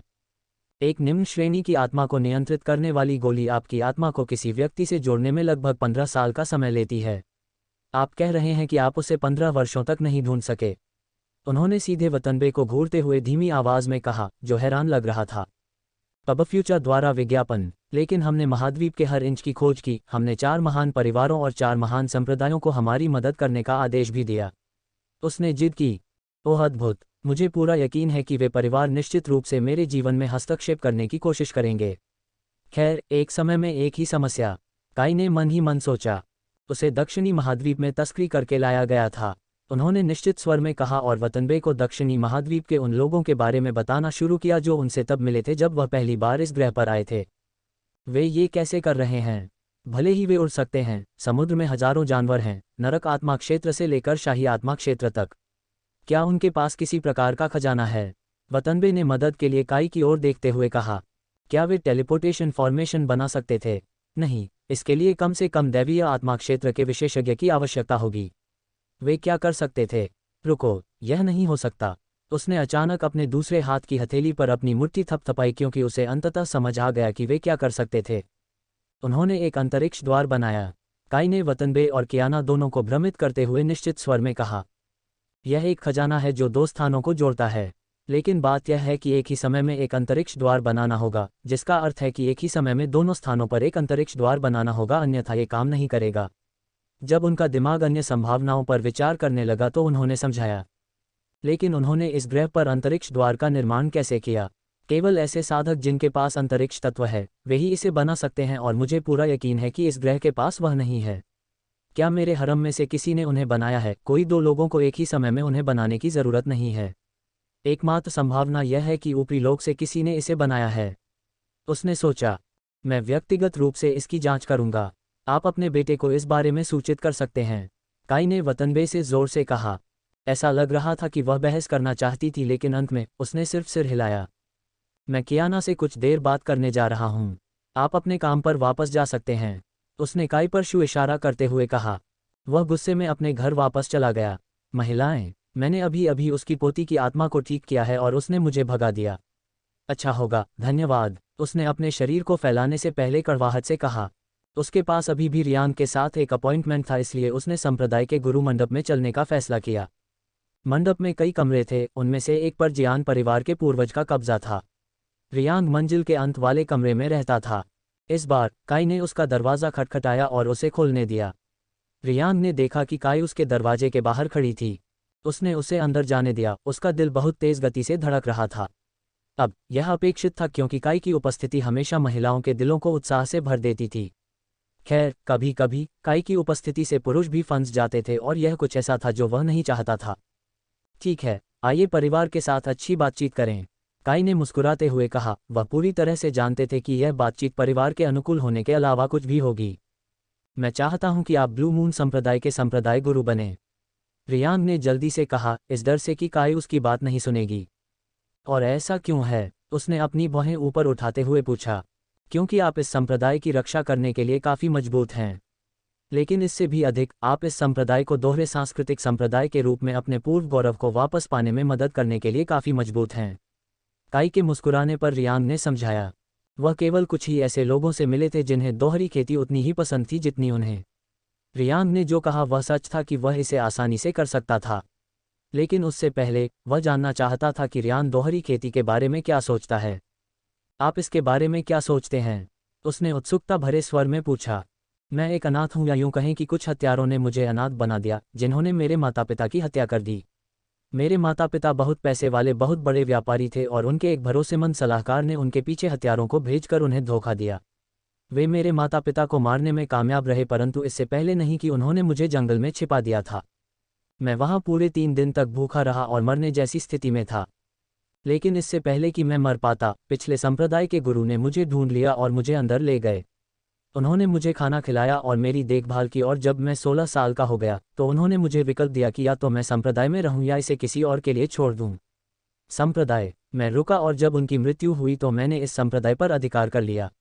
यह मेरे लिए एक घर है, एक ऐसा घर जिसे कभी बदला नहीं जा सकता। रियांग ने काई को अपनी कहानी सुनाई और उसकी आंखों में देखा। उसने ये कहानी केवल 4 लोगों को बताई है, जुनजुन, कियाना, बड़ी मिन और अब काई। पिछले तीनों को उस पर दया आ रही थी, लेकिन काई के चेहरे से कोई भी भाव गायब था। क्या आपने उस व्यक्ति से बदला लिया जिसने आपके संप्रदाय गुरु बनने के बाद आपके परिवार की हत्या कर दी? उसने तटस्थ स्वर में पूछा। नहीं, मैंने बदला लेने का रास्ता नहीं चुना। मैंने अपना जीवन दोहरी खेती के लिए समर्पित कर दिया है और इसीलिए मैं आपसे इसकी रक्षा करने में मेरी मदद करने के लिए कहता हूँ, उसने कहा और काई को प्रणाम किया। उसका चेहरा मुस्कुराहट से चमक उठा और उसने रियांग की ठुड्डी पर हाथ रखा और उसे चूम लिया। आश्चर्यचकित होकर उसका मुंह काई के होठों के नीचे खुल गया, जिससे उसकी जीभ उसके मुंह में प्रवेश कर गई। मम्मा। जब काई अपनी जीभ से कुश्ती कर रही थी तो उसने धीमी कराह निकाली। जब उसने चुंबन तोड़ा तो पीछे स्नेह का एक निशान छोड़ दिया गया। मेरे पूरे जीवन में, जो वास्तव में एक लंबा जीवन है, मैं केवल कुछ मुट्ठी भर लोगों से मिला हूं जो वास्तव में समझते हैं कि दोहरी खेती क्या है, और आप उनमें से एक हैं। मैं ब्लू मून संप्रदाय के संप्रदाय गुरु के रूप में पद स्वीकार करूंगा, काई ने मुस्कुराते हुए कहा, और रियांग ने उसकी मुस्कान का जवाब अपनी मुस्कान से दिया। ठीक है, संप्रदाय गुरु के रूप में आपका पहला काम महिला संप्रदाय गुरु यानी मेरे साथ खेती करना है, उसने तेज मुस्कुराहट के साथ कहा, भले ही उसका दिल तेज गति से धड़क रहा था। ठीक है, आप निश्चित रूप से मान कर रहे हैं, और ईमानदारी से कहूं तो मुझे महिलाओं की मान करना पसंद है। काई ने उसे राजकुमारी शैली में उठाने से पहले बुरी मुस्कान दी। फिर उसने उसे उसके कमरे में बिस्तर पर गिरा दिया और उसके कपड़े उतारने लगा। रियांग अपने बिस्तर पर अंडरवियर में लेटी हुई थी, जबकि काई उसके ऊपर खड़ी होकर उसके शरीर को निहार रही थी। रियांग की गोरी त्वचा बेदाग थी और उसने एक अच्छा फिगर बना रखा था। काई ने धीरे धीरे उसके पेट पर हाथ फिराया जिस पर कई निशान थे। जब मैं जंगल में छिपा हुआ था, एक जानवर ने मुझ पर हमला किया। पिछले संप्रदाय के गुरु ने मुझे बचाया और मुझे वापस स्वस्थ कर दिया, भले ही वह इन घावों को हटाने में सक्षम नहीं थे, रियांग ने धीमी आवाज में कहा। केवल कुछ ही लोगों ने उसके घाव देखे थे, जिनमें जुनजुन भी शामिल था। वे सभी घाव के निशान देखकर घबरा गए थे और कुछ ने उसे घृणा की दृष्टि से देखा था। अधिकांश पुरुष अपनी महिलाओं को दोषरहित देखना पसंद करते थे। कई लोग सोचते थे कि चोट के निशान वाली महिला बदसूरत होती है। इसलिए रियांग इस बात से घबरा गया था कि काई क्या सोच रहा था, क्योंकि उसका सुंदर चेहरा किसी भी अभिव्यक्ति से वंचित था। तुम सोच रही हो कि मैं तुम्हारे घावों के बारे में क्या सोचूंगा? काई ने प्रसन्न स्वर में कहा। रियांग का चेहरा शर्मिंदगी से लाल हो गया और उसने धीरे से सिर हिलाया। उसने अपने दोनों हाथ उसकी कमर पर रखे और उसकी आंखों में देखा। ज्यादातर पुरुष सोचते हैं कि दाग एक महिला को बदसूरत बना देते हैं, लेकिन क्या आप जानते हैं कि मैं क्या सोचता हूँ? उसने रियांग की ओर देखा, जिसने अपना सिर हिलाया। मुझे लगता है कि निशान एक महिला को और अधिक सुंदर बनाते हैं। वे आपकी कठिनाई की कहानी बताते हैं और एक अनुस्मारक के रूप में कार्य करते हैं कि आप किसी भी अन्य व्यक्ति की तरह मजबूत हैं। इसलिए यदि आपको कभी भी कोई निशान मिलता है तो उन पर गर्व करें, काई ने धीरे से कहा। रियांग को ऐसा लग रहा था जैसे उसे आत्मज्ञान प्राप्त हो गया हो और उसने उत्साह से सिर हिलाया। क्या आप चाहते हैं कि मैं उन्हें ठीक करूं? उसने थोड़ी देर बाद पूछा और रियांग सोचने लगा। यदि आप उन्हें ठीक कर सकते हैं तो एक को छोड़कर सभी को ठीक करें। यह एक अनुस्मारक के रूप में काम करेगा। जैसे ही काई के हाथ चमकने लगे उसने मुस्कुराते हुए कहा। जैसे ही काई के हाथ उसके पेट पर चले गए, रियांग हल्के से कराह उठी। उसके हाथों के नीचे की त्वचा अपने आप ठीक होने लगी और कुछ मिनटों के बाद एक को छोड़कर बाकी सभी निशान गायब हो गए। धन्यवाद, काई। इससे पहले कि वह उसे चूमने के लिए खींचती, रियांग ने आश्चर्य भरी आवाज में कहा। जैसे ही उनके मुंह एक साथ जुड़े, उसका शरीर उसके ऊपर फिसल गया। जैसे ही रियांग को अपने निचले होठों में झुनझुनी महसूस हुई, उनकी जीभें एक दूसरे के साथ हस्तक्षेप करने लगीं। काई की छड़ी सख्त होने लगी क्योंकि रियांग ने इसे अपने कपड़ों के माध्यम से महसूस किया। जैसे ही उसकी छड़ी अपनी पूरी महिमा के साथ आकाश की ओर इशारा करते हुए फटी, उसने अपने कपड़े उतार दिए। यह मेरी कल्पना से भी बड़ा है, रियांग ने जोर से कहा और हौंफने लगा। वह इसके रूप से मंत्रमुग्ध थी क्योंकि यह उसके पिछले किसी भी साथी के लिंग से बहुत बड़ा था। यह उसके सामने एक दिव्य चीज की तरह लग रहा था और उसने ये सुनिश्चित करने के लिए इसे छुआ कि यह वास्तविक है।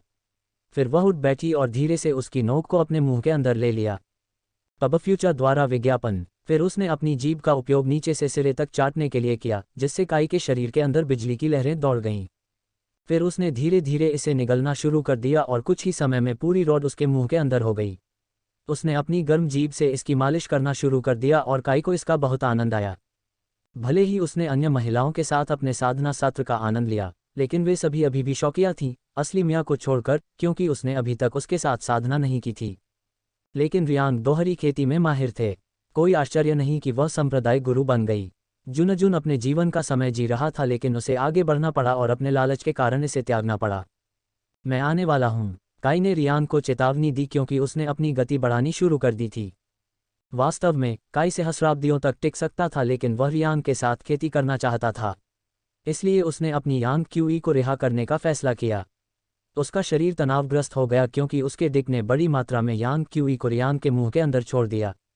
वह यांग क्यूई की मात्रा से आश्चर्यचकित थी और उसने इसे निगलने की कोशिश की, लेकिन वह ऐसा करने में असमर्थ रही और उसके मुंह के कोनों से सफ़ेद तरल पदार्थ टपकने लगा। ये काफ़ी मीठा था, उसने ये सब निगल लेने के बाद कहा। उसने अपनी जीभ से मुंह के कोनों पर यांग क्यूई को चाटा। अगर आप इसे देखें तो ये काफ़ी आकर्षक था।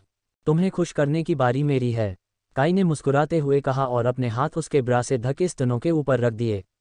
वह उसकी ब्रा के नीचे उसके उत्तेजित निपल्स को महसूस कर सकता था। उसने अपने हाथ के तेज झटके से उसकी ब्रा उतार दी और अब उसके स्तन नंगे थे। काई ने उन्हें टटोलना शुरू कर दिया क्योंकि रियान ने अपनी कराह को नियंत्रित करने की कोशिश की। उसने उसके निपल्स को छेड़ते हुए चुटकी काट ली और उसने जोर से कराह निकाली। उनके लिए अज्ञात किसी ने उन्हें स्पष्ट रूप से सुना था। कमरे में ध्वनिरोधी अवरोध नहीं था और रियान की कराहें पूरे हॉलवे में गूंजती थीं, जिसका अर्थ था कि वतनबे उन्हें सुन सकते थे। पहले तो उसे समझ नहीं आया कि उसने ये आवाज़ें क्यों सुनी, लेकिन फिर उसे याद आया कि वह दोहरे साधना संप्रदाय में रह रही थी। उसने जाकर ऐसी आवाज़ें करने वाले व्यक्ति को अपनी आवाज़ कम करने या कम से कम ध्वनिरोधी अवरोधक का उपयोग करने के लिए कहने का निर्णय लिया। लेकिन जैसे ही वह दालान के अंत में दरवाजे तक पहुंची, उसने देखा कि वह दरार से खुला था। उसने अंदर झांक कर देखा और उसका दिल तेजी से धड़कने लगा। उसने देखा कि काई नग्न खड़ी थी और रियान उसके नीचे, उसका शरीर भी नग्न था। उसकी छोटी बहन को झुंझुनाहट होने लगी और उसकी पिछली यादें ताज़ा हो गईं। वह अपने शुरुआती दिनों में विकृत थी और अतीत में उसके कई बार एक दूसरे से संबंध रह चुके थे। ऐसा तब तक था जब तक वह अपने पति से नहीं मिली और उससे प्यार करने लगी। लेकिन जिनके होने के बाद पश्चिमी महाद्वीप के सिंहासन की चाह रखने वाले हत्यारों ने उसे मार डाला और उसे विधवा के रूप में छोड़ दिया गया। वतनबे किसी और से शादी कर सकती थी, लेकिन किसी कारण से उसने ऐसा नहीं किया। उसके बाद उसने किसी के साथ सेक्स भी नहीं किया। लेकिन अब काई को देखकर वह उसके गले लगना चाहती थी। उसका हाथ उसके प्यारे स्थान की ओर जाने लगा और उसने उसे नियंत्रित करने की कोशिश की, लेकिन यह असंभव था। लेकिन इससे पहले कि वह उस तक पहुंच पाती, उसके दिमाग में एक आवाज़ गूंजी, क्या आप हमारी ओर ताक झांक करना बंद कर देंगे? काई ने उसे एक आध्यात्मिक संदेश भेजा था क्योंकि उसे उसकी उपस्थिति महसूस हुई थी। वतनबे उसकी आवाज़ सुनकर चौंक गई, लेकिन जब वह होश में आई तो उसका चेहरा शर्मिंदगी से जलने लगा। मैं आपको देखने से नहीं रोकूंगा, लेकिन अगली बार अगर आप ऐसा कुछ देखना चाहें तो मुझे बताएं। या शायद क्या आप ऐसा करना चाहते हैं? काई ने प्रसन्न स्वर में पूछा और वतनबे का चेहरा पहले से कहीं अधिक लाल हो गया। मैं वापस जाऊंगा, उसने अपने कमरे में वापस भागने से पहले जल्दी से कहा। मैं आपसे बाद में मिलने आऊँगा, काई ने वतनबे के जाने से पहले कहा और उसके कमरे में उसके आने और उन दोनों के वहाँ अकेले होने के विचार से उसका दिल तेजी से धड़कने लगा। उसके मन में विकृत विचार आने लगे और चाहे उसने उन्हें रोकने की कितनी भी कोशिश की, विचार बढ़ते ही गए। उसके शरीर में उसकी इच्छा के विरुद्ध हरकत हुई और उसने अपने कपड़े उतार दिए। उसने हार मान ली क्योंकि वह जानती थी कि वह लंबे समय से जमा हुई यौन कुंठा से भरी हुई है। वह पूरी तरह नंगी थी और धीरे धीरे शीशे की ओर बढ़ी। जैसे ही उसने अपने प्रतिबिंब को देखा, उसने देखा कि उसका शरीर अभी भी काफ़ी आकर्षक था। उसका बायां हाथ धीरे धीरे उसके स्तनों को मसलने लगा और उसका दायां हाथ उसकी चूत तक पहुंच गया। उसने उसे रगड़ना शुरू कर दिया और हल्के से कराहने लगी, ये सुनिश्चित करते हुए कि कोई उसे सुन न सके। अपने कपड़े वापस खींचने से पहले उसने कुछ देर तक हस्तमैथुन किया। उसने तब तक संप्रदाय में घूमने का फैसला किया जब तक काई ने अपना सत्र पूरा नहीं कर लिया। तारांकन, अच्छा, कौन अनुमान लगा सकता था कि वह हस्तमैथुन करेगी? वतनबे की कराह सुनकर वह हल्के से मुस्कुराया। भले ही रियान की कराह को कोई और नहीं सुन पाता, फिर भी काई कराहने के प्रति संवेदनशील थी। और चौंकाने वाली बात यह थी कि उन्होंने रियान के स्तनों को मसलते हुए वतनबे से बात की थी, जिसे उनके अनुसार एक बड़ी उपलब्धि कहा जा सकता है। कौन कहता है कि काई बहुप्रतिभाशाली व्यक्ति नहीं है? उसने मालिश करना जारी रखा और अपने मुंह का उपयोग उसके स्तनों पर करना शुरू कर दिया। उसने बारी बारी से निपल्स को चूसा और अपनी जीभ से उनके चारों ओर एक सही घेरे में चाटा। फिर उसने उन्हें एक साथ दबाया और एक ही समय में दोनों को चूसा। रियान ने एक विलाप जारी किया जिसे स्वर्ग में सुना जा सकता था। मैं कमिंग कर रहा हूँ। उसके शरीर में ऐंठन होने पर वह चिल्लाए और उसने अपने छेद से बड़ी मात्रा में यिन क्यूई बाहर निकाल दिया। और किसी भी सज्जन व्यक्ति की तरह, ठीक है शायद एक सज्जन व्यक्ति नहीं लेकिन फिर भी, काई पीछे खड़ी रही और अपने संभोग सुख के कारण अपने शरीर को हिलते हुए देखती रही। अपना चरमोत्कर्ष पूरा करने के बाद काई ने अपनी गुफा के प्रवेश द्वार के सिरे को छूने से पहले अपने लिंग को आधार से पकड़ लिया। क्योंकि रियान का शरीर अभी भी काफी संवेदनशील था, उसने कराह निकाली। असली मजा तो अब शुरू होगा, काई ने मुस्कुराते हुए उसकी आंखों में देखते हुए कहा। काई ने अपनी छड़ी को रियान के अंदर तक धकेलना शुरू कर दिया। वह काई की छड़ी के हर इंच को महसूस कर सकती थी क्योंकि वह और अंदर जा रही थी। जब ये पूरी तरह से उसके अंदर आ गया तो काई का लिंग खुद को रियान की गुफाओं के अनुसार ढालने लगा। जैसे ही प्रक्रिया समाप्त हुई, रियान को अपने शरीर में अचानक खुशी की लहर महसूस हुई। काई ने उसके स्तनों को अपने हाथों से पकड़ लिया और उन्हें मसलना शुरू कर दिया। फिर उसने अपने कूल्हों को हिलाना शुरू कर दिया और अपनी छड़ी को रियान की गुफा में घुसाना शुरू कर दिया। बिस्तर अचानक रियान के लिए एक छोटी सी जगह जैसा महसूस हुआ क्योंकि वह उनके क्षणों से कांपने लगा। जैसे ही उनके शरीर एक साथ फिसले, पूरे हॉलवे में ताली की आवाज़ गूंज उठी। काई उसे पीटते हुए भी चूमने के लिए आगे बढ़ी और जमकर उसकी जीभ से कुश्ती की। रियान एक सांप द्वारा फंसाए गए शिकार की तरह थी क्योंकि उसका पूरा शरीर काई द्वारा नियंत्रित किया जा रहा था। उसके मुंह पर उसकी फिसलन भरी जीभ घुसी हुई थी, उसके स्तनों को उसके हाथों से मसला जा रहा था और उसकी छड़ी उसके पवित्र स्थान में घुसी जा रही थी।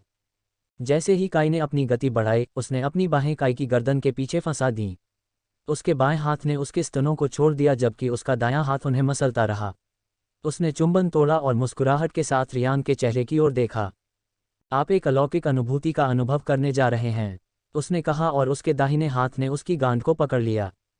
उसने उसे कसकर पकड़ लिया और उसे एक नई स्थिति में पीटना शुरू कर दिया। उसका बायां हाथ उसके स्तनों पर था और उसका दायां हाथ उसकी गांड को टटोल रहा था जब वह उसे पीट रहा था।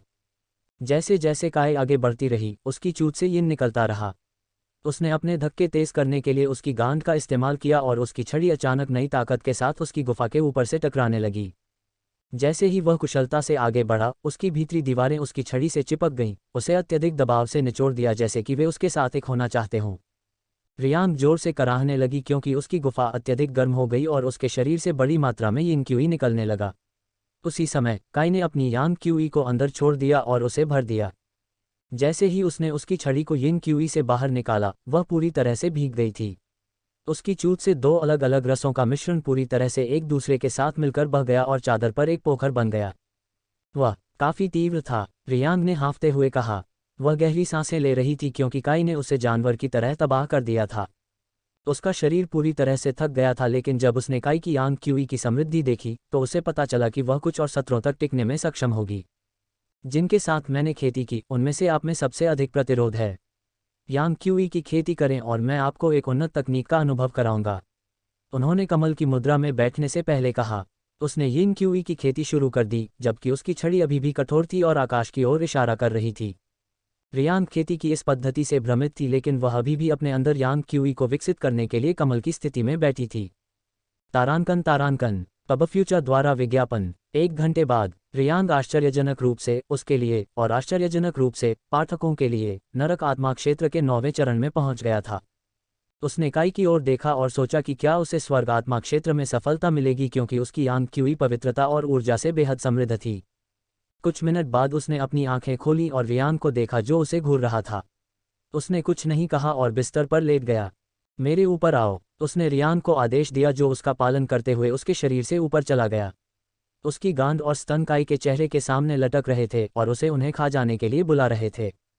उसने उसे खुद को नीचे करने का इशारा किया और वह धीरे धीरे उसके डिग पर बैठ गई। उसकी नोक उसके अंदर तक घुस गई और अंत में उसकी गुफा की नोक को छूने के बाद शांत हो गई। रियांग ने काई के आदेश का इंतजार नहीं किया और आगे बढ़ना शुरू कर दिया, ऊपर और नीचे, ऊपर और नीचे। उसके विशाल स्तन उसके साथ ऊपर नीचे हो रहे थे। हर बार जब उसने काई की पूरी छड़ी को निगल लिया और उसकी गांड उसके आधार को छू गई तो उन दोनों के शरीर पर एक बड़ा झटका लगा। उसने इसे बेतहाशा चलाना शुरू कर दिया। उसके हिलने से होने वाले भारी घर्षण से उसके स्तन हवा में लहरा रहे थे। काई का हाथ आगे बढ़ा और उसकी भगनासा पर चुटकी काट ली जिससे वह उग्रता से कराहने लगी। उसने अपने छेद से एक के बाद एक बार यिन क्यूई को बाहर निकाला और अंत में अपने संभोग सुख के बाद शांत हो गई।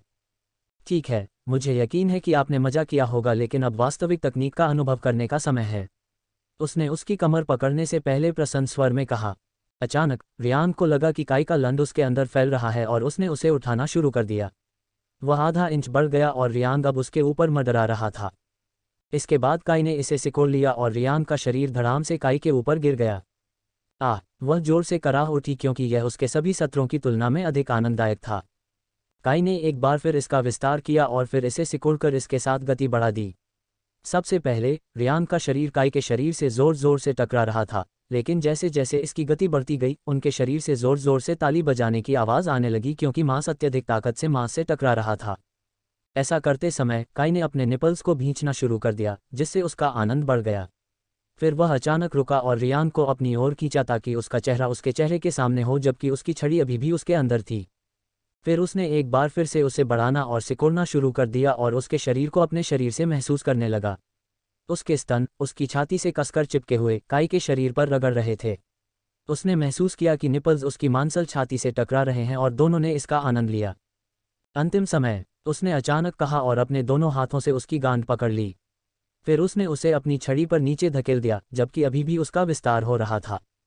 उसे लगा जैसे उसकी गुफा फट सकती है, लेकिन ऐसा नहीं हुआ और उसे अपने अंदर एक बड़ी गर्माहट महसूस हुई। यिन क्यूई ने अपनी गुफा से अनियंत्रित रूप से रिसाव करना शुरू कर दिया और काई की छड़ी उसमें स्नान कर रही थी। जब उसे लगा कि रियांग अपनी सीमा तक पहुंच गई है, तो उसने अपनी यांग क्यूई को एक बार फिर उसके अंदर छोड़ दिया, जिससे वह पूरी तरह भर गई। रियांग ने खुद को काई के शरीर से नहीं हटाया, या यूं कहें कि वह खुद को हटा नहीं सकी। उसकी सारी शक्ति उसका साथ छोड़ चुकी थी और वह बेजान होकर उसके शरीर पर पड़ी हुई थी। काई ने अपनी छड़ी को उसके छेद से हटा दिया और उसे अपने ऊपर आराम करने दिया। दोनों ने इस तरह से खेती की। रियांग नरक आत्मा क्षेत्र के 8वें चरण में एक और सफलता हासिल करने में कामयाब रहा। जहां तक काई की बात है, वह मुस्कुराते हुए खड़ा हुआ और अपने कपड़े पहने। फिर उसने रियांग को उसके कपड़े पहनने में मदद की और दोनों खड़े हो गए। यह आश्चर्य की बात है, केवल एक सत्र के साथ मैं 5 चरणों तक आगे बढ़ने में कामयाब रहा। क्या आपके साथ अभ्यास करने वाले हर किसी के साथ ऐसा होता है? उसने हैरान होकर पूछा और उसके चेहरे पर असमंजस की स्थिति आ गई, जिससे काई की हंसी छूट गई। पहले मुझे ये बताओ कि संप्रदाय में कितने शिष्य बचे हैं? उसने अचानक गंभीर भाव से कहा। अगर मैं उन्हें इकट्ठा करूं तो लगभग 500 शिष्य वर्तमान में संप्रदाय में मौजूद हैं। उनमें से 300 बाहरी दरबार के शिष्य हैं। आप, यूई और मिया मुख्य शिष्य हैं और बाकी आंतरिक दरबार के शिष्य हैं। उसने कहा। इतने सारे लोग यहाँ रुके थे? उसने आश्चर्यचकित स्वर में कहा। बाहरी दरबार या यहाँ तक कि मुख्य शिष्यों के बारे में भूल जाओ। आंतरिक दरबार के कई शिष्यों ने संप्रदाय में रहने का फैसला किया। यह एक आश्चर्य था। वे सभी लड़कियां हैं जिन्हें मैंने बचाया था, उनमें से कई का भाग्य मेरे जैसा ही था। उन्होंने अंत तक मेरे साथ रहने का फैसला किया, भले ही इसके लिए उन्हें मरना पड़े। निश्चित रूप से ऐसा नहीं हुआ क्योंकि आपने इसे रोक दिया था। उसने कृतज्ञ स्वर में उत्तर दिया। मैं इस पर आपसे बाद में बात करूंगा और मुझे आपको कुछ दिखाना है। हालांकि मैं पहले जाऊंगा और वतनबे से बात करूंगा। उसने कहा और जाने ही वाला था कि रियांग ने उसे रोक दिया। ये लो, ये संप्रदाय के गुरुओं का वस्त्र है, उसने कहा और काई को बांधने के लिए सुनहरे बेल्ट के साथ एक शाही गहरे नीले रंग का वस्त्र दिया। आइए इसे एक नए स्टाइल में पहने, उसने शरारती लहजे में कहा और उससे लबादा छीन लिया। कपड़ा खराब होने लगा और दोनों कंधों पर काई के हरम के प्रतीक वाला एक सुंदर लबादा बन गया। ब्लू मून संप्रदाय का प्रतीक हृदय क्षेत्र के पास उकेरा गया था और काई ने उसके चारों ओर लबादा या बल्कि कोट पहना था। यह एक लबादे की बजाय एक कोट की तरह लग रहा था, जो उसके घुटनों तक पहुंचता था, लेकिन उसमें कोई बटन नहीं था। चलो चलें और बात करें। गायब होने से पहले उसने हैरान रियांग से कहा। अब आपको एहसास हो गया होगा, जब भी काई कहता है कि वह बात करने जा रहा है, तो उसके पास हमेशा बातचीत के अलावा कुछ और होता है। टेलीपोर्ट करने से ठीक पहले काई ने अपनी उंगलियां चटकाईं और पूरा कमरा साफ हो गया। हालांकि यिन और यांग क्यूई की खुशबू अभी भी हवा में बनी हुई थी। वह एक बार फिर वतनबे के कमरे में दिखाई दिया, लेकिन वह खाली था। चादरें यिन क्यूई से गीली थीं और उसकी खुशबू कमरे में भर गई थी। क्या उसने 1 घंटे या कुछ और समय तक हस्तमैथुन किया? काई ने कमरे के चारों ओर देखते हुए खुद से पूछा। उन्होंने उसकी स्थिति की जांच करने के लिए अपनी आध्यात्मिक समझ का उपयोग किया और उसे संप्रदाय के सबसे पीछे पाया। संप्रदाय के पीछे के क्षेत्र में 3 गर्म झरने थे, एक महिलाओं के लिए, एक पुरुषों के लिए और एक उन लोगों के लिए जो पानी में रहते हुए दोहरी खेती करना पसंद करते थे। काई को महिलाओं के वसंत में अपनी उपस्थिति महसूस हुई और वह वहां चली गई। नहाने के बजाय वतनबे झरने के किनारे पर बैठी थी, उसके पैर पानी में डूबे हुए थे। उसने अपने पीछे हलचल सुनी और अपना सिर पीछे की ओर कर लिया। काई अपने चेहरे पर एक सुंदर मुस्कान के साथ वहां खड़ा था। अच्छा, क्या तुम्हें यह वसंत पसंद है? उसने उसके पास बैठते हुए उससे पूछा। काई ने अपनी जीन्स की आस्तीनें ऊपर उठाईं और अपने पैरों को स्प्रिंग के अंदर डुबोया। गर्म पानी ने उसे पूरी तरह से शांत कर दिया और वह अपना चेहरा आसमान की ओर करके जमीन पर लेट गया। मुझे हमेशा गर्म पानी के झरने पसंद हैं क्योंकि यह आपके दिमाग और शरीर को तरोताजा कर देता है। थोड़ी देर बाद उसने कहा, ठीक है, मुझे लगता है कि मैं इस गर्म पानी के झरने को और भी सार्थक बना दूंगा। काई ने शरारती मुस्कान के साथ कहा और अपने पेंडेंट से 1000 स्पिरिट पत्थर निकाले। उसने एक संरचना बनाई और उसे स्पिरिट पत्थरों से संचालित किया। गर्म पानी का झरना और अधिक स्पष्ट हो गया क्योंकि उसमें से आध्यात्मिक ऊर्जा की लहर उठी। आपने क्या किया? झरने के अंदर ऊर्जा महसूस करते ही वतनबे जोर से हौंफने लगी। ये झरना अब स्नान करने पर हर किसी की खेती को बढ़ावा देगा। आपको केवल एक चीज़ ये करनी है कि इसमें स्नान करने से पहले इसे कुछ स्पिरिट स्टोन खिलाएं। उसने उसे समझाया और अपनी आंखें बंद कर लीं। क्या तुमने 1 घंटे तक हस्तमैथुन किया? उसने अचानक पूछा और आंखें खोल दीं। वह वतनबे का चेहरा देखकर मुस्कुराया क्योंकि उसका चेहरा शर्मिंदगी से लाल हो गया था। तुम्हें ये कैसे पता चला? उसने कांपती आवाज में पूछा। वह सोच रही थी कि शायद काई किसी खजाने के साथ उसकी ओर झांक रहा होगा, लेकिन वह इस बारे में बात करने वाली कौन थी? वतनबे ने खुद काई और रियान के संभोग पर नजर डाली थी, इसलिए वह उसके साथ ऐसा करने के लिए उसे दोषी नहीं ठहरा सकती। अगर आप सोच रहे हैं कि मैंने आपको झांक कर देखा तो आप गलत हैं। मैं आपकी कराहें सुन सकता था और मैं अभी आपके कमरे में गया था। चादरें गीली थीं और यिंग क्यूई की खुशबू हवा में फैली हुई थी। उसने ऐसे कहा मानो उसने उसका मन पढ़ लिया हो। किसी कारण से वतनबे को विश्वास था कि काई सच कह रहा था। वह खड़ी हुई और उसकी ओर हाथ बढ़ाया। उसने उसे पकड़ लिया और खुद खड़ा हो गया। फिर उसने उन दोनों को टेलीपोर्ट करके उसके कमरे में भेज दिया। मैं सीधे मुद्दे पर आता हूँ, क्या आप मेरे साथ खेती करना चाहते हैं? काई ने वतनबे की ओर अपठनीय भाव से देखते हुए पूछा। ईमानदारी से कहूँ तो मैं नहीं जानता। मैं एक ही समय में चाहता भी हूँ और नहीं भी चाहता। उसने ये सोचकर आह भरते हुए कहा कि वह उसे बेवकूफ़ कहेगा, लेकिन उसके जवाब ने उसे पूरी तरह से चौंका दिया। पब फ्यूचर द्वारा विज्ञापन। आपका कोई प्रियजन मर चुका है और आप भ्रमित हैं, इसलिए उन विकल्पों में से किसी एक को चुनने के बजाय हम बीच में ही समझौता कर लेंगे। मैं आपको अपनी प्रसिद्ध मालिशों में से एक दूंगा। उसने जवाब दिया। मैं तैयार हूँ, उसने आत्मविश्वास भरी आवाज़ में कहा और बिस्तर पर बैठ गई। उसकी पीठ काई की ओर थी। मैं तुम्हें एक बात के बारे में चेतावनी दूंगा। मालिश के दौरान तुम्हारी प्रवृत्ति तुम पर हावी हो जाएगी और तुम्हारी इच्छा तुम्हें मेरे साथ यौन संबंध बनाने के लिए प्रेरित करेगी। काई ने शुरू करने से पहले उसे चेतावनी दी। यह संभव नहीं है। वह हंसी क्योंकि उसे लगा कि काई मजाक कर रहा है, लेकिन उसकी हंसी कम हो गई क्योंकि काई का चेहरा अभी भी गंभीर था। आप इसके लिए भीख मांगेंगे और खैर मैं आपको मना नहीं कर पाऊंगा। उसने हल्के से उसकी पीठ को छूते हुए कहा। मुझे नहीं लगता कि ऐसा कभी हो पाएगा, लेकिन फिर भी अगर मैं ऐसा कुछ मांगूं तो मुझे दे देना। उसने अपना लबादा ढीला करने से पहले धीरे से कहा। वह उठ खड़ी हुई और उन्हें जमीन पर गिरने दिया। उसने ब्रा नहीं पहनी हुई थी और उसके स्तन साफ दिख रहे थे। गुलाबी धब्बे काई को अपनी ओर बुला रहे थे और खुद को नियंत्रित करने के लिए उसे काफ़ी इच्छाशक्ति की जरूरत थी। फिर उसकी नज़र नीचे गई और वतनबे के प्यारे स्थान को ढकने वाले गुलाबी अंडरवियर पर पड़ी। गुलाबी, काई ने प्रसन्न स्वर में कहा और उसके चेहरे की ओर देखा। आश्चर्यजनक रूप से वह हंसी और काई की ओर मोहक दृष्टि से देखा। उसने अपने स्तनों को अपने हाथ में पकड़ लिया और काई के चेहरे की ओर देखते हुए उसकी प्रतिक्रिया जानने की कोशिश करने लगी। ठीक है, गुलाबी मेरा पसंदीदा रंग है, ये यहाँ है। उसने अपने अंडरवियर की ओर इशारा किया और चंचल भाव के साथ बैठ गई। ठीक है, जब तक हम साथ हैं, गुलाबी मेरा पसंदीदा रंग होगा, काई ने कहा और मुस्कुराया। जैसे ही उसने अपनी पसंद का एक खास गाना बजाया, उसके हाथ धीरे धीरे उसकी पीठ पर थपथपाने लगे। ऊपरी लोकों में पियानो नाम का एक संगीत वाद्य यंत्र था। काई को पियानो बजाना बहुत पसंद था और उन्होंने इसके लिए कई गाने भी लिखे थे। उन्होंने गाना गुनगुनाना शुरू कर दिया और वतनबे को यह देखकर आश्चर्य हुआ कि काई की आवाज़ कितनी मधुर थी। ये गाना चंचलता, ऊर्जा और कई अन्य चीज़ों का मिश्रण था। फिर उसने उसकी रीढ़ की हड्डी को ऊपर से, जहां ये गर्दन से जुड़ा था, रगड़ना शुरू कर दिया। नीचे से, जहां ये कूल्हों से जुड़ा था, रगड़ना शुरू कर दिया। मम्मा, वतनबे धीमी आवाज़ में कराह उठी क्योंकि उसे डर था कि कोई उसकी बात सुन सकता है। लेकिन उसे इसके बारे में चिंता करने की ज़रूरत नहीं थी। काई ने पहले से ही पूरे कमरे के चारों ओर एक ध्वनिरोधी अवरोध बना दिया था। आप जी भर कर विलाप कर सकते हैं, कोई आपकी बात नहीं सुन सकता क्योंकि मैंने इस कमरे में एक बैरियर लगा दिया है, उसने उससे कहा और कराहों की संख्या बढ़ गई। इससे उसे पता चला कि वतनबे अपनी कराहें दबा रही थी। काई ने सोचा कि मुख्य शो शुरू होने का समय हो गया है। वह उसके शरीर पर पलटा और उसके निपल्स की नोक को छुआ। फिर उसने उसके स्तनों को टटोलना शुरू कर दिया जबकि वह कराहती रही। उसने चूची के मांस के हर एक इंच को पकड़ लिया जो उसके हाथ में आ सकता था और उन्हें गहनता से टटोलना शुरू कर दिया। उसने स्तनों को एक दूसरे के विरुद्ध गोलाकार गति में घुमाया और वतनबे अपने हशरीर के अंदर हवा लेने के लिए हौंफने लगी। उसने उसके निपल्स को पकड़ लिया और उन्हें गोलाकार गति में घुमाते हुए चुटकी काट ली। वतनबे का शरीर हर गुजरते पल के साथ गर्म होता जा रहा था और एक अपरिचित एहसास उसके शरीर पर हावी हो गया। मुझे लगता है कि मैं झड़ने वाला हूँ, उसने धीमी आवाज में कहा और काई को अपनी पैंटी नीचे सरकाने की इजाज़त दे दी। लेकिन उसके पास इसकी सुंदरता को देखने का समय नहीं था क्योंकि यिन क्यूई उसमें से रिसने लगी थी। जैसे ही यिन क्यूई की पिचकारी उसके छेद से बाहर निकली, उसने धार छोड़ी।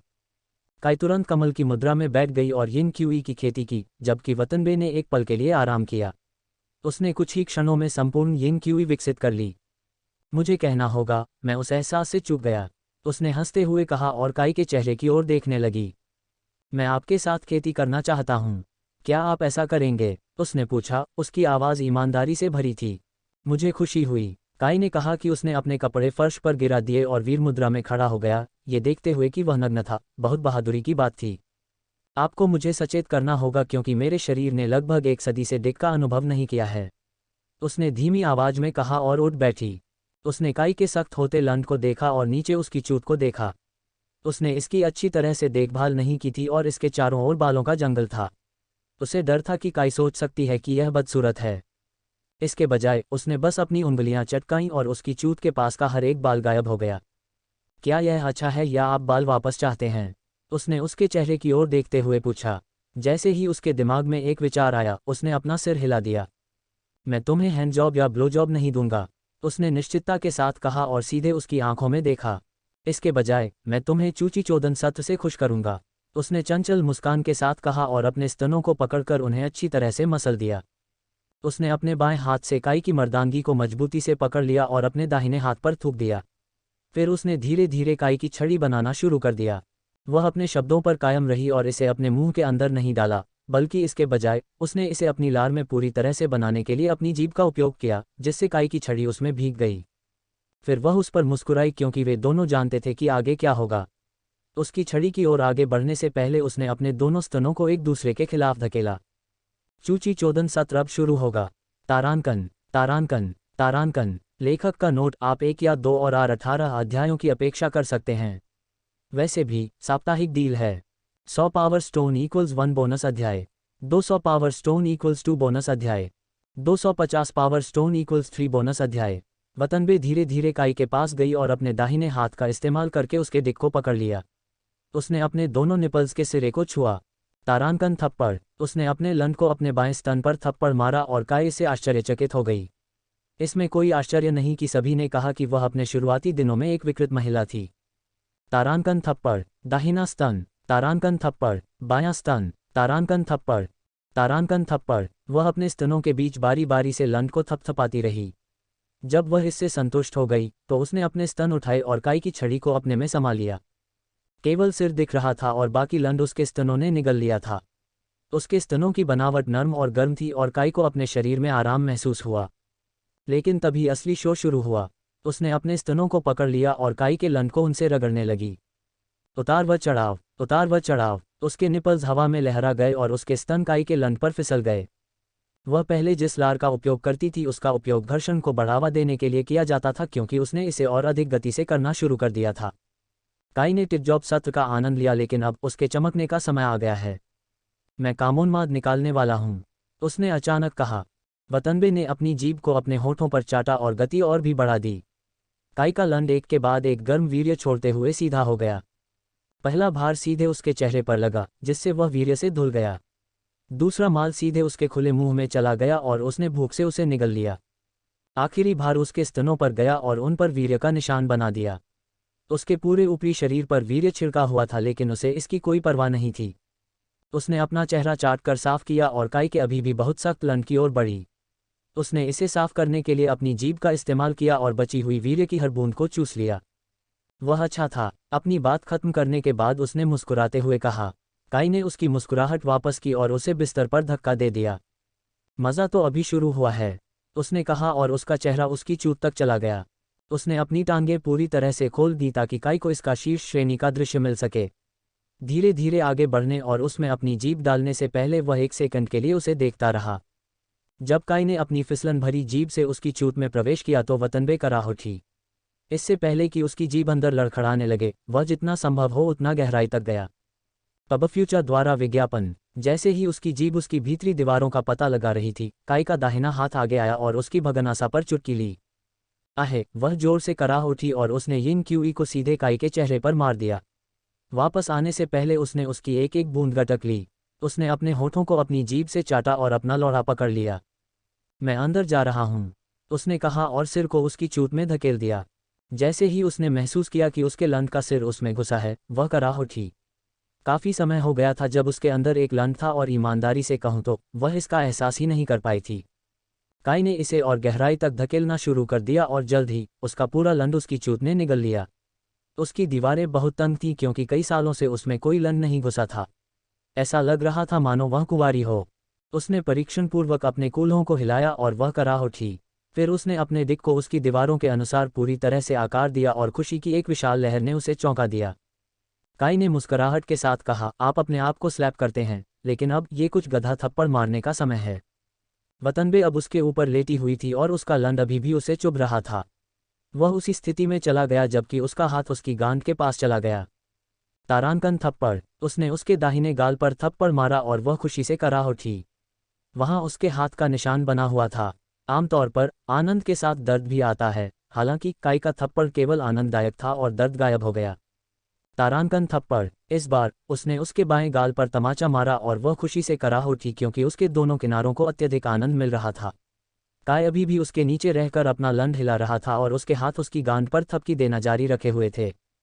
तारांकन थप्पड़, तारांकन थप्पड़, आहे, ओह, ताली, ताली, थप्पड़। कराहने और ताली बजाने की आवाज़ें कमरे में गूंज उठीं क्योंकि काई ने अपनी गांड पर थप्पड़ मारते हुए कुत्ते की शैली में काम करना जारी रखा। ये कुछ समय तक जारी रहा, इससे पहले कि वतनबे का चेहरा अधिक प्रसन्न भाव में बदल गया। काई को लगा कि उसके अंदर की गर्मी सामान्य से अधिक बढ़ गई है और उसे एहसास हुआ कि वह आने वाली है। उसने एक बार फिर से अपनी स्थिति बदल ली ताकि वतनबे बिस्तर पर उसकी पीठ के बल लेटी रहे और काई उसके ऊपर टिकी रहे। उसने उसे धकेलना जारी रखा और जब वह संभोग सुख प्राप्त कर रही थी तब भी वह नहीं रुका। जैसे जैसे यिन क्यूई उससे बाहर निकलती रही, उसकी छड़ी गीली होने लगी। जब वह समाप्त हो गई तो काई ने उसके अंदर अपनी यांग क्यूई छोड़ दी। उसने महसूस किया कि बहुत सारी गर्म यांग क्यूई उसके अंदर से गुजर रही है और उसका पूरा पेट भर गया है।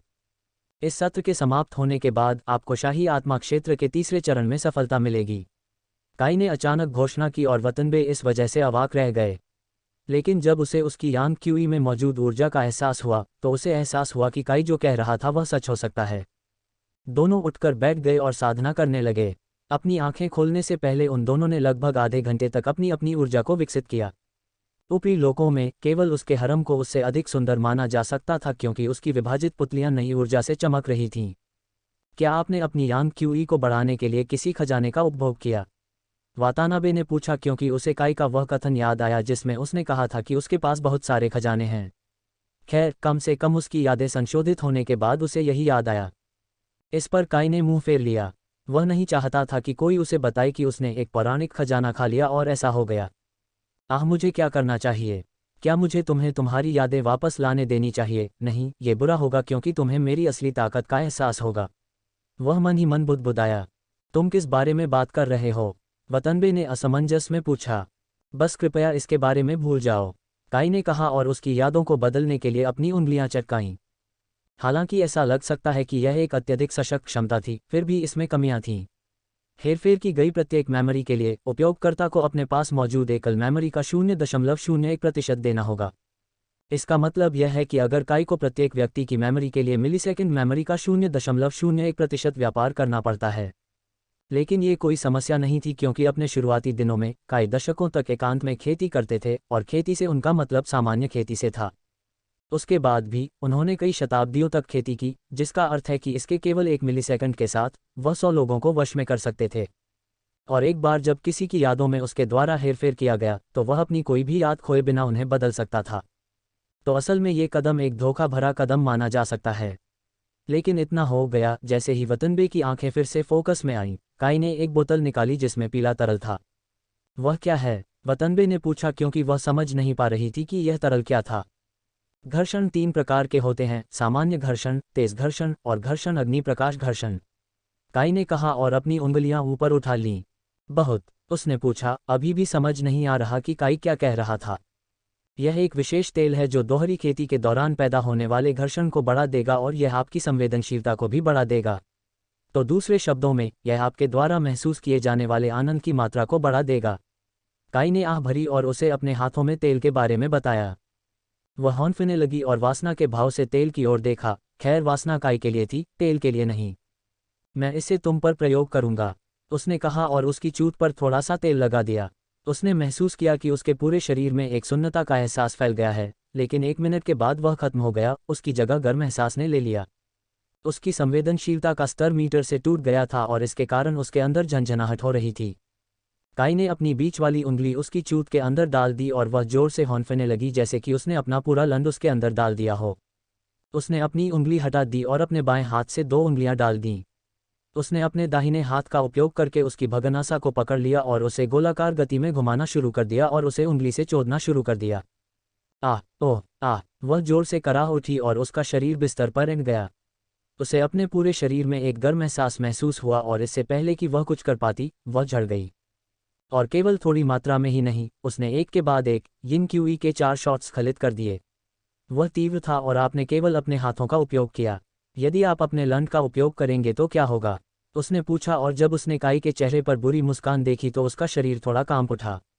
चलो पता करते हैं, उसने कहा और छुपे हुए लंड को पकड़ लिया। उसे चरम सीमा तक आनंद देने की योजना बना रहा था।